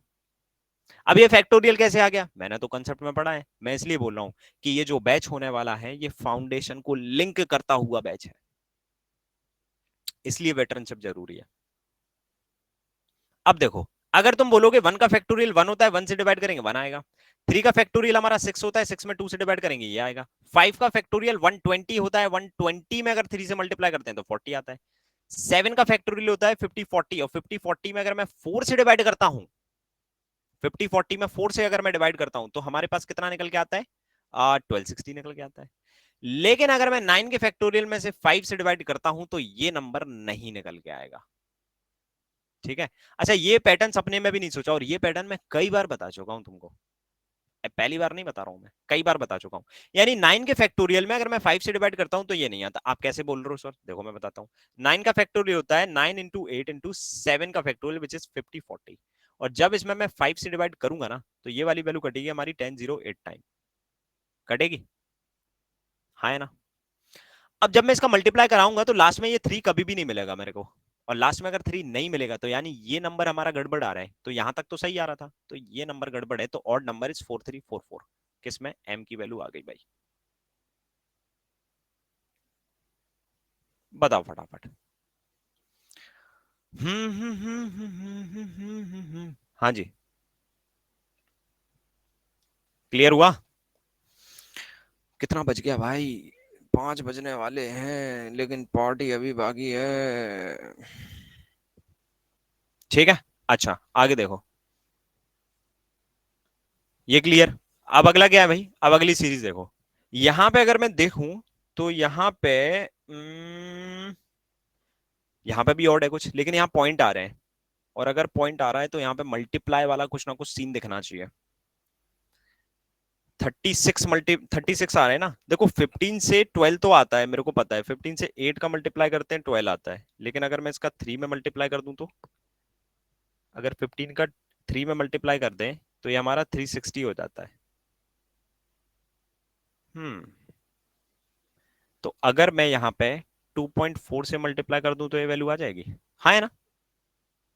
हाँ, क्योंकि मल्टीप्लाई है, और देखो पॉइंट इसमें इसलिए है क्योंकि ये पॉइंट वाली सीरीज ही होगी। 90 डिवाइड बाय 36 अगर मैं करूं तो 9 से जैसे 4 बार, 9 से 10 बार, और ये हो गया 2.5। लो भैया मिल गई सीरीज, मिल गई सीरीज। 2.4 से मल्टीप्लाई, 2.5 से मल्टीप्लाई, तो अगला 2.6 से मल्टीप्लाई, 2.6 से मल्टीप्लाई यानी पॉइंट से ये जीरो हट जाएगा हमारा, तो 9 2 18 और दिस इज 54 यानी कि 234। यस यस यस, 2.6 से मल्टीप्लाई, 2.7 से मल्टीप्लाई, 2.8 से मल्टीप्लाई। ओके, अब ध्यान से देखना, अगर मैं ये 630 में 2.8 से मल्टीप्लाई करूं, दूसरी चीज अगर मैं इसमें 2.7 से मल्टीप्लाई करूं तो मेरे को पॉइंट मिलना चाहिए, यहां पे पॉइंट नहीं मिल रहा मेरे को, और यहां जब पॉइंट मिलेगा उस पॉइंट में एक पॉइंट का मल्टीप्लाई करेंगे तब जाके दो जीरो के पहले पॉइंट आएंगे, इधर देखो दो जीरो के पहले पॉइंट आ रहे हैं, तो यानी ये number it has to be एक पॉइंट के साथ। अगर ये एक पॉइंट के साथ नहीं हुआ तो मेरे दो के पहले पॉइंट कैसे आ रहे, 630 रॉन्ग, तो यहां पे आ जाएगा हमारा कितना 630। बोलो क्लियर है। अब देखो कौन सा करेक्ट है, m plus two n equals to इतना, तो m की वैल्यू है 4344 और 2n हो जाएगा हमारा कितना 1260, इसको प्लस करते हैं तो यहाँ 0 आएगा, सॉरी 4 आएगा, यहाँ 0 आएगा, यहाँ 6 आएगा और यहाँ 5 आएगा। सही है, ये तो ट्रू है। ठीक है भाई, m/2 - 3n इक्वल्स टू इतना, तो m/2, अब m/2 करेंगे तो 2 से इसको कट कर लेते हैं, 2 से this is 2 time, this is 17 and this is 2 time, और -3n करना है तो 3 यानी 18 and 90, 18 and 90, so this is 2 बचेगा, 17 में से 9 जाएगा तो बचेगा 6, लेकिन लास्ट में 2 बच रहा है भाई, इसका तो काम ही खत्म हो गया भाई, काम ही खत्म तुम्हारा, लास्ट में 2 नहीं आ रहा है यहाँ पे, तो this is false. n ratio m की वैल्यू इतनी आ रही है, अब अगर तुम देखोगे so m is greater than n, तो n रेशियो m अगर मैं करूंगा तो ये वाली वैल्यू हमारी क्या होना चाहिए, बड़ी होना चाहिए, है ना, क्योंकि m की वैल्यू बड़ी है, तो ये वाली वैल्यू हमारी बड़ी होना चाहिए, जबकि यहाँ पे m की वैल्यू देखो छोटी आ रही है इससे, तो दिस इज ऑल्सो फॉल्स। ये है तरीके, ये अप्रोच है, हमको पूरा सॉल्व नहीं करना होता है, कभी कभी हमको सिर्फ चीजें देखना होती है बस। तो ओनली ए इज इनकरेक्ट ना, बी एंड सी इनकरेक्ट, हाँ, ऑल आर इनकरेक्ट एक्सेप्ट ए, हाँ ये भी आंसर सही है हमारा, ये भी आंसर सही है, बोथ सेकंड एंड थर्ड, हाँ option number 4 is the correct answer. Option भी तो अच्छे से पिक करना है, एग्जामिनर तुमको चूस लेता है पूरा, वो देखता है तुम्हारी कैलकुलेशन अच्छी है, आ जाओ अंदर, लेकिन रुको रुको रुको, तुम्हारी ऑप्शन मेकिंग स्किल अच्छी है, ऑप्शन को चूज करने की स्किल अच्छी है, हाँ तो आ जाओ अंदर, लेकिन रुको रुको रुको, तुमने क्वेश्चन सही सिलेक्ट किया है या नहीं, वो बोलेगा हाँ तो आ जाओ अंदर, लेकिन रुको रुको रुको, समझ में आ रहा है, अब तुम्हारा कंसंट्रेशन अच्छा है या नहीं है वो बताओ, वो बोलेगा हाँ तो फिर आ जाओ, तो वो तो सारी तरह से चूसेगा भाई, हर तरह से गेट है। एक वो आईपीएल पे एक मीम नहीं चलता था, वो काले कलर का ऐसे पोशाक पहन के ऐसे कुल्हाड़ी लेके खड़ा रहता था, है, और उस कुल्हाड़ी पे आरसीबी लिखा है, आरसीबी ने पहले किसको हराया, मुंबई को, फिर चेन्नई को, फिर इसको, फिर इसको, फिर इसको, फिर राजस्थान रॉयल्स का गेट बना रहता था, वो कुल्हाड़ी लेके आरसीबी खड़ा है ना, तो वही है वो एग्जामिनर, कुल्हाड़ी लेके खड़ा है वो एग्जामिनर। पहला प्री, प्री में क्या क्या क्या, वो सारी चीजों के गेट बने हैं तुम्हारे पास। हाँ फिर लास्ट में पूछेगा, रुको रुको रुको, तुम वेटरन से पढ़ते थे, हाँ, अरे फिर तो यार ये पेपर देने की जरूरत नहीं थी, आपका इंतजार तो वो बैंक कर रहा है, फलाना फलाना एड्रेस दे देगा तुमको, वहां पे बैंक में उधर पे एक फूल रखा रहेगा गुलाब का, एक डेयरी मिल्क रखी रहेगी, एक तुम्हारी बैंकिंग की किट रखी रहेगी, तुम्हारा ही तो इंतजार था, पहनिए आप ये, आपकी फोटो पहले ही से लगी है इसमें, पीछे वेटरन का लोगो है, आगे बैंक का लोगो है, ऐसा आएगा फिर, जैसे मान के चलो इंडियन बैंक में होता है तुम्हारा, इंडियन बैंक, और यहाँ पे ऐसा बना रहेगा और यहाँ पे वेटरन, क्या मस्त कोलेबोरेशन है भाई साहब, क्या कहानी बुनता रहता हूं मैं भी। आगे आओ, इसे देखिए, अब देखो सेम है बट थोड़ा सा अलग है, क्या अलग है, ये नंबर सीरीज अलग थी, ये नंबर सीरीज अलग है, अब इसमें अलग क्या है, इसमें अलग ये है कि the given series below two series 1 and 2, find the value of G and K in the given two series, then answer accordingly, take value of G and K are positive integer, समझ गए, तो जी और के की value हमें positive ही लेना है भैया, कुछ भी कर लो, तो मिसिंग सीरीज है एक तरह से अगर बोला जाए, है ना, तो एक तरह से मिसिंग सीरीज है। तो अब यहां पे हमको बोला है उसने क्या, स्टूडेंट भाग गया है आधे से ज्यादा, क्या यार, क्या बैंक पीओ बनोगे भाई, तो यहाँ पे सबसे पहले हमें ये निकाल रहे हैं, फिर उसके बाद हमको ये निकालना है, फिर उसके अकॉर्डिंग हमको यहाँ पे क्वेश्चन दिया है, वो ट्रू फॉल्स वाले क्वेश्चन है, तो वो करना है अपने को, ठीक है। तो यहाँ पे सीरीज तो देखो छोटी छोटी सी दिख रही है, बहुत ज्यादा ड्रास्टिक चेंज नहीं है, तो डिफरेंस निकालते हैं फिर सीधा, और क्या है ना, आज ज्यादा ना पढ़ाइए, क्यों, डर गए क्या बोर्ड पे क्लास नहीं होगी यार, बोर्ड पे इसलिए नहीं होगी क्योंकि बहुत ज्यादा इंटरनेट कंज्यूम होता है स्टूडेंट की साइड से, अब सबके पास तो वाईफाई होता नहीं है, सर घूम गया, अब तुम देख लो भाई, ऐसी क्लास, अब तुमको ये लग रहा हो ना कि पहली क्लास, अगर तुम्हारी ये सच में पहली क्लास है ना, तो तुम्हारा सर घूम रहा होगा, हम लोग पिछले जनवरी से ऐसे ही पढ़ते आ रहे हैं भाई, हम लोग जनवरी से ऐसे पढ़ते आ रहे हैं, खैर, यहाँ देखिए, यहाँ पे सबसे पहले इसका डिफरेंस, इसका डिफरेंस, इसका डिफरेंस, इसका डिफरेंस, तो मैंने आपको बताया कि स्टार्टिंग वाले से डिफरेंस मत निकालो, मल्टीपल पैटर्न्स मिलते हैं, बीच में कहीं से डिफरेंस निकाल लेते हैं अपन, ठीक है। तो यहाँ पे अगर मैं डिफरेंस निकालता हूँ तो दिस इज हमारा 36 का डिफरेंस, 36 एंड दिस इज 96 का डिफरेंस दिख रहा है अपने को यहाँ पे, है ना, यहाँ 96 का डिफरेंस दिख गया, अच्छा, यहाँ पे 40, 40 के बाद 75 यानी 115 का डिफरेंस यहाँ पे दिख रहा है, डन, बताइए, हाँ जी, क्लियर है। अब आ जाओ पीछे थोड़ा सा, क्योंकि अभी 96 और 115 से सीरीज थोड़ी ना देखेगी, अब थोड़ा सा पीछे आना पड़ेगा तुमको, तो पीछे आओगे तो यहाँ पे डिफरेंस कितने का है, दिस इज 13 और 64, 64 एंड 13 यानी कि 77 का डिफरेंस है यहाँ पे, है ना, 77 का ही तो है डिफरेंस, 77 का डिफरेंस। और यहाँ पे अगर मैं डिफरेंस देखूंगा तो यहाँ पे आ जाएगा 60 यानी कि 58। यहाँ पे 58 का डिफरेंस आ रहा है। अब देखो क्या कहानी है भाई, 58 मिला, 77 मिला, 96 मिला और 115 मिला। अभी तो कुछ नहीं मिल रहा है, डबल डिफरेंस देख लेते हैं। तो यहाँ पे डबल डिफरेंस है 19 का, है ना? 19 का ही तो है। हाँ 19 का ही है। अच्छा यहाँ डिफरेंस कितने का है? यहाँ पे भी 19 का है। और यहाँ डिफरेंस कितने का है? यहाँ पे भी 19 का है भाई। यहाँ पे भी तो 19 का है कि नहीं? तो यहाँ पे इस वाली वैल्यू के बीच में और इस वाली वैल्यू के बीच में भी 19 का डिफरेंस होगा। तो 115 में अगर मैं 19 ऐड करता हूं तो मेरे पास आ जाएगा 4 और ये 3 और ये 2। तो यहाँ पे आ जाएगा तुम्हारे पास कितना? 234 का डिफरेंस। कितने का? 234। बुझे? क्लियर हुआ? हाँ या ना बताओ जल्दी से फटाफट। तो अब अगर मैं इस वाली वैल्यू में 234 जोड़ूंगा तो देखना क्या कयामत कर दूंगा मैं। 575 प्लस 234, अच्छा 234 नहीं 134, यहाँ पे 1 आएगा ना। हाँ, तो 134 इक्वल्स टू जी प्लस 225। अपन को लगेगा कि इसको जोड़ दो, मैं बोलूंगा नहीं भाई जोड़ना नहीं है, इसको सीधा इसमें से कैंसिल आउट करना है। तो यहाँ पे बचेगा 50 और यहाँ पे बचेगा तुम्हारे पास कितना? 3। सो दिस इज 350। और जी की वैल्यू इसमें जोड़ देंगे तो 484 हो जाएगा भाई। ये हो गई जी की वैल्यू। अब जी की तो वैल्यू हो गई, लेकिन सर अभी हमें एक और वैल्यू निकालना है विच इज के की वैल्यू, है ना? तो देखो भाई इस वाली वैल्यू से ये बनता तो है यार, ये 115 इससे बनता है। बिकॉज देखो 23 इंटू हमारा 5 होता है कितना? 115, है ना? और अगर मैं इसका 2 टाइम कर लूं और इसका हाफ कर दूं तो ये 46 इंटू 2.5 भी बनता है हमारा। यानी इसमें 2.5 का मल्टीप्लाई हो रहा है। बोल सकते हैं, है ना? बोल सकते हैं कि नहीं बोल सकते हैं? लेकिन ऐसा सच में है भी या नहीं ये भी तो देखना पड़ेगा भाई। तो इसके लिए 46, 15 को 46 नहीं बनाया जा सकता। अगर पॉइंट का मैं मल्टीप्लाई कर भी लूं कुछ भी करके तो 46 नहीं बना सकता मैं 15 को। तो यानी कि यहाँ पे ये पॉइंट वाला फ्लॉप हो गया मामला भाई। और फ्लॉप हो गया तो फिर डिफरेंस निकालते हैं। यहाँ पे डिफरेंस आ जाएगा 1 का और यहाँ पे आ जाएगा 3 का और यहाँ आ जाएगा 11 का। यहाँ पे कितने का डिफरेंस आ रहा है? 70 माइनस वन यानी 69 का डिफरेंस आ रहा है यहाँ पे। काफी अजीब सा लग रहा है। और यहाँ पे डिफरेंस मैं निकाल नहीं सकता, यहाँ डिफरेंस मैं निकाल नहीं सकता। तो इन दोनों का डिफरेंस आ रहा है 20 का और इन दोनों का डिफरेंस आ रहा है 8 एंड 3 का, 38 का। हम्म तो क्या ये 18 के डिफरेंस के साथ बन रहा है क्या? अगर मैं इसका 18 डिफरेंस मारता हूं तो इसका और यहाँ पे जो नंबर आएगा उसका भी 18 का डिफरेंस आना चाहिए फिर तो, अगर ऐसा है। अगर ऐसा है तो यहाँ पे हमारे पास कितना आ जाएगा? दिस इज 40 एंड 16 यानी 56, है ना? और फिर ये नंबर और ये जो नंबर आएगा इसमें भी 18 का डिफरेंस होना चाहिए। 56 के बाद अगर मैं देखूं तो 60, 60 और 14 यानी 74।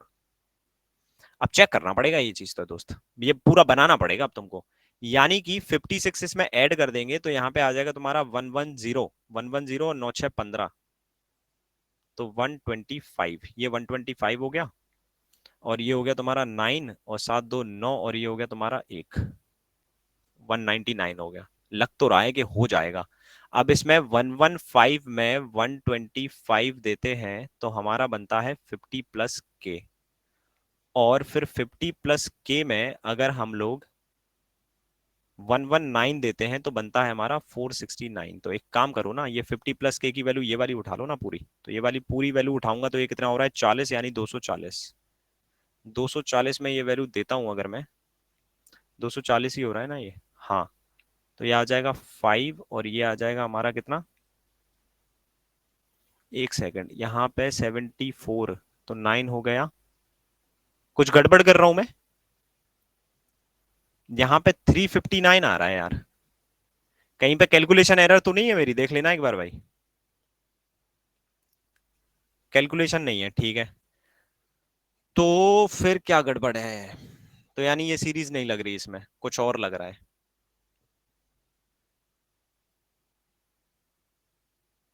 कुछ और लग रहा है भाई इसमें। तो यहाँ पे अगर मेरे को 18 का डिफरेंस मिला है, अब 18 के बाद अब इसको मैं तो यार ये टाइम टेकिंग हो गई यार पूरी कहानी। ठीक है, टाइम टेकिंग ही हो गई ना। तो कुछ और लगाते हैं अब अपन इसमें।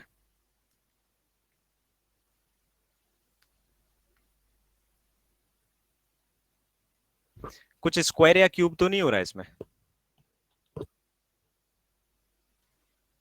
एक सेकंड रुको, क्वेश्चन पे आते हैं, क्वेश्चन पे आओ, शायद मिल जाएगा तुम्हें। देखो, the value of G and K is a square number. तो जी की वैल्यू जो है वो तो स्क्वायर नंबर है। तो अकॉर्डिंग टू दिस के की वैल्यू भी स्क्वायर अगर हुई, अगर ये ट्रू है, तो के की वैल्यू स्क्वायर क्या हो सकती है जो कि 469 से कम हो और 115 से बड़ी हो? 125 हो सकती है, 256, 289, 361,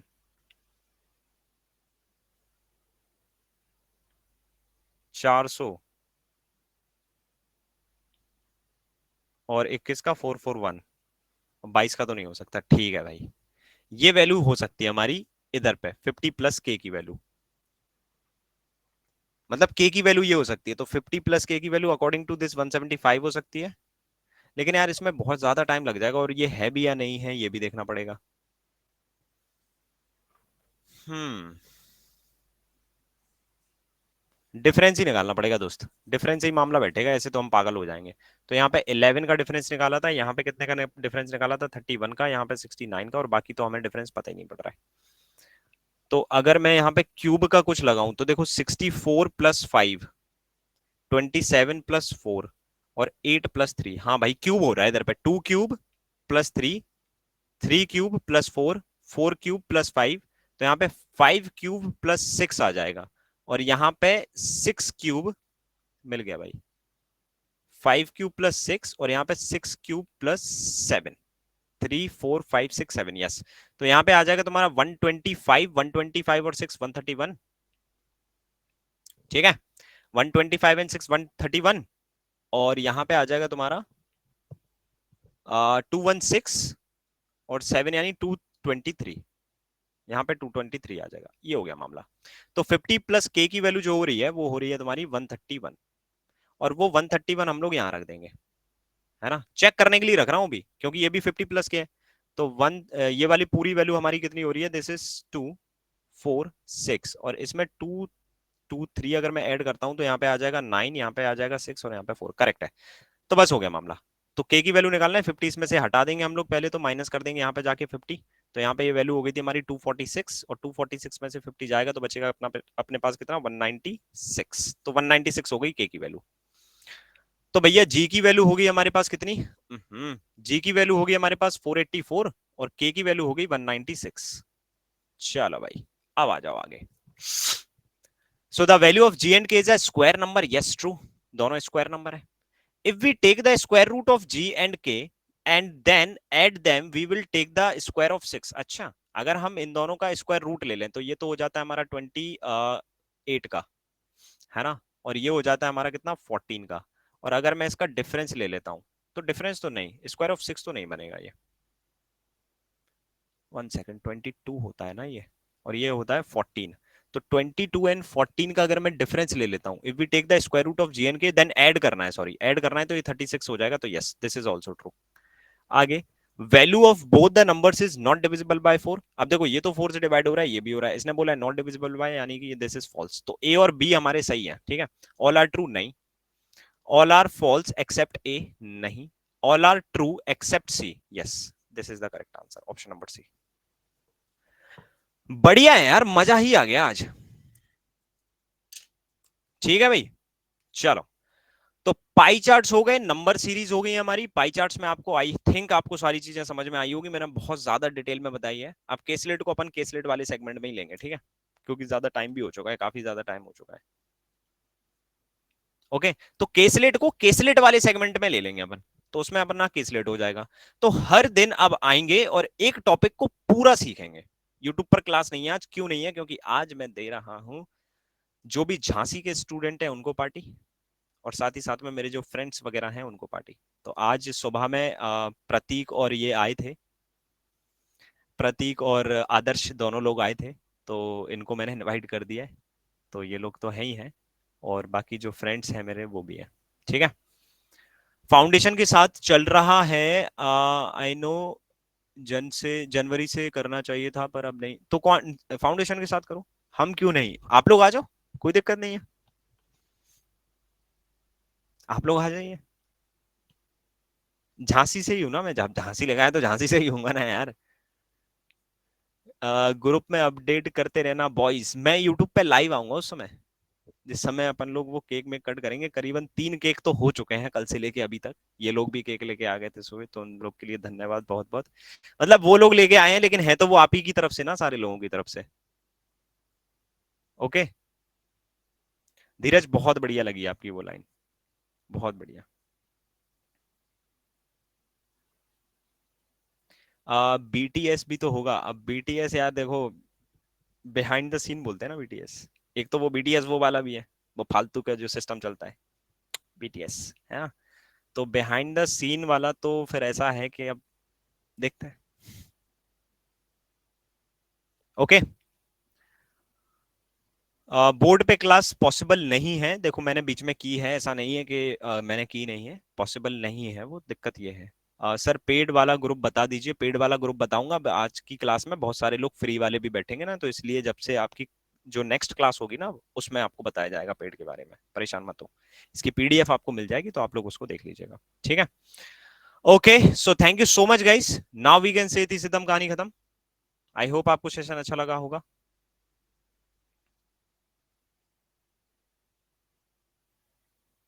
मिलते हैं हम लोग अगले सेशन में, जब तक के लिए टाटा एंड टेक केयर, जय श्री राम। गाना, अरे गाना गा तो दिया, मैं क्लास में गाना गा देता हूँ यार, क्या गाना, क्लास में गा देता हूँ मैं तो गाना। ओके। ग्रुप पे जितना भयंकर फीडबैक दे सकते हो ना आज तुम लोग, जितना भयंकर, मैं ग्रुप कर रहा हूं ओपन, सारे लोगों के फीडबैक आना चाहिए। 60 स्टूडेंट हैं अभी लाइव, सबके सबका फीडबैक आना चाहिए दोस्त। जितना आप फीडबैक दे सकते हो उतना फीडबैक देना। आज कैसा लगा आपको क्लास, और ये भी बताना कि मेंस में तुम कर क्या रहे थे और हो क्या रहा है, और एक्चुअल में जो मैंने बोला था उससे एक ऊपर ही लेवल मिला है तुमको, या किस तरह से, मतलब जो भी सारी चीजें जो तुमने फील की है वो। और कल है हमारी रीजनिंग की क्लास, तो कल इसी टाइम पे हम लोग रीजनिंग का पढ़ेंगे, ठीक है। So now take care. बाकी रिव्यू भी दे देना अगर आपको बैच अच्छा लगा है। अगर आपको क्लास अच्छी लगी है तो भाई रिव्यू दे दीजिएगा। रिव्यू का ऑप्शन आता है वहां पे, रिव्यू एंड रेटिंग का, तो उसमें रिव्यू जरूर दीजिएगा। लेकिन एक बार फीडबैक भी जरूर दीजिएगा, लेकिन रिव्यू भी कंपलसरी है। तो जो भी फीडबैक दो उसका रिव्यू देख लेना तुम लोग, कॉपी पेस्ट वगैरह जो भी करना है, लेकिन रिव्यू जरूरी है, review is compulsory. Okay, and thank you so much. 1 lakh की बहुत बहुत बधाई आपको भी।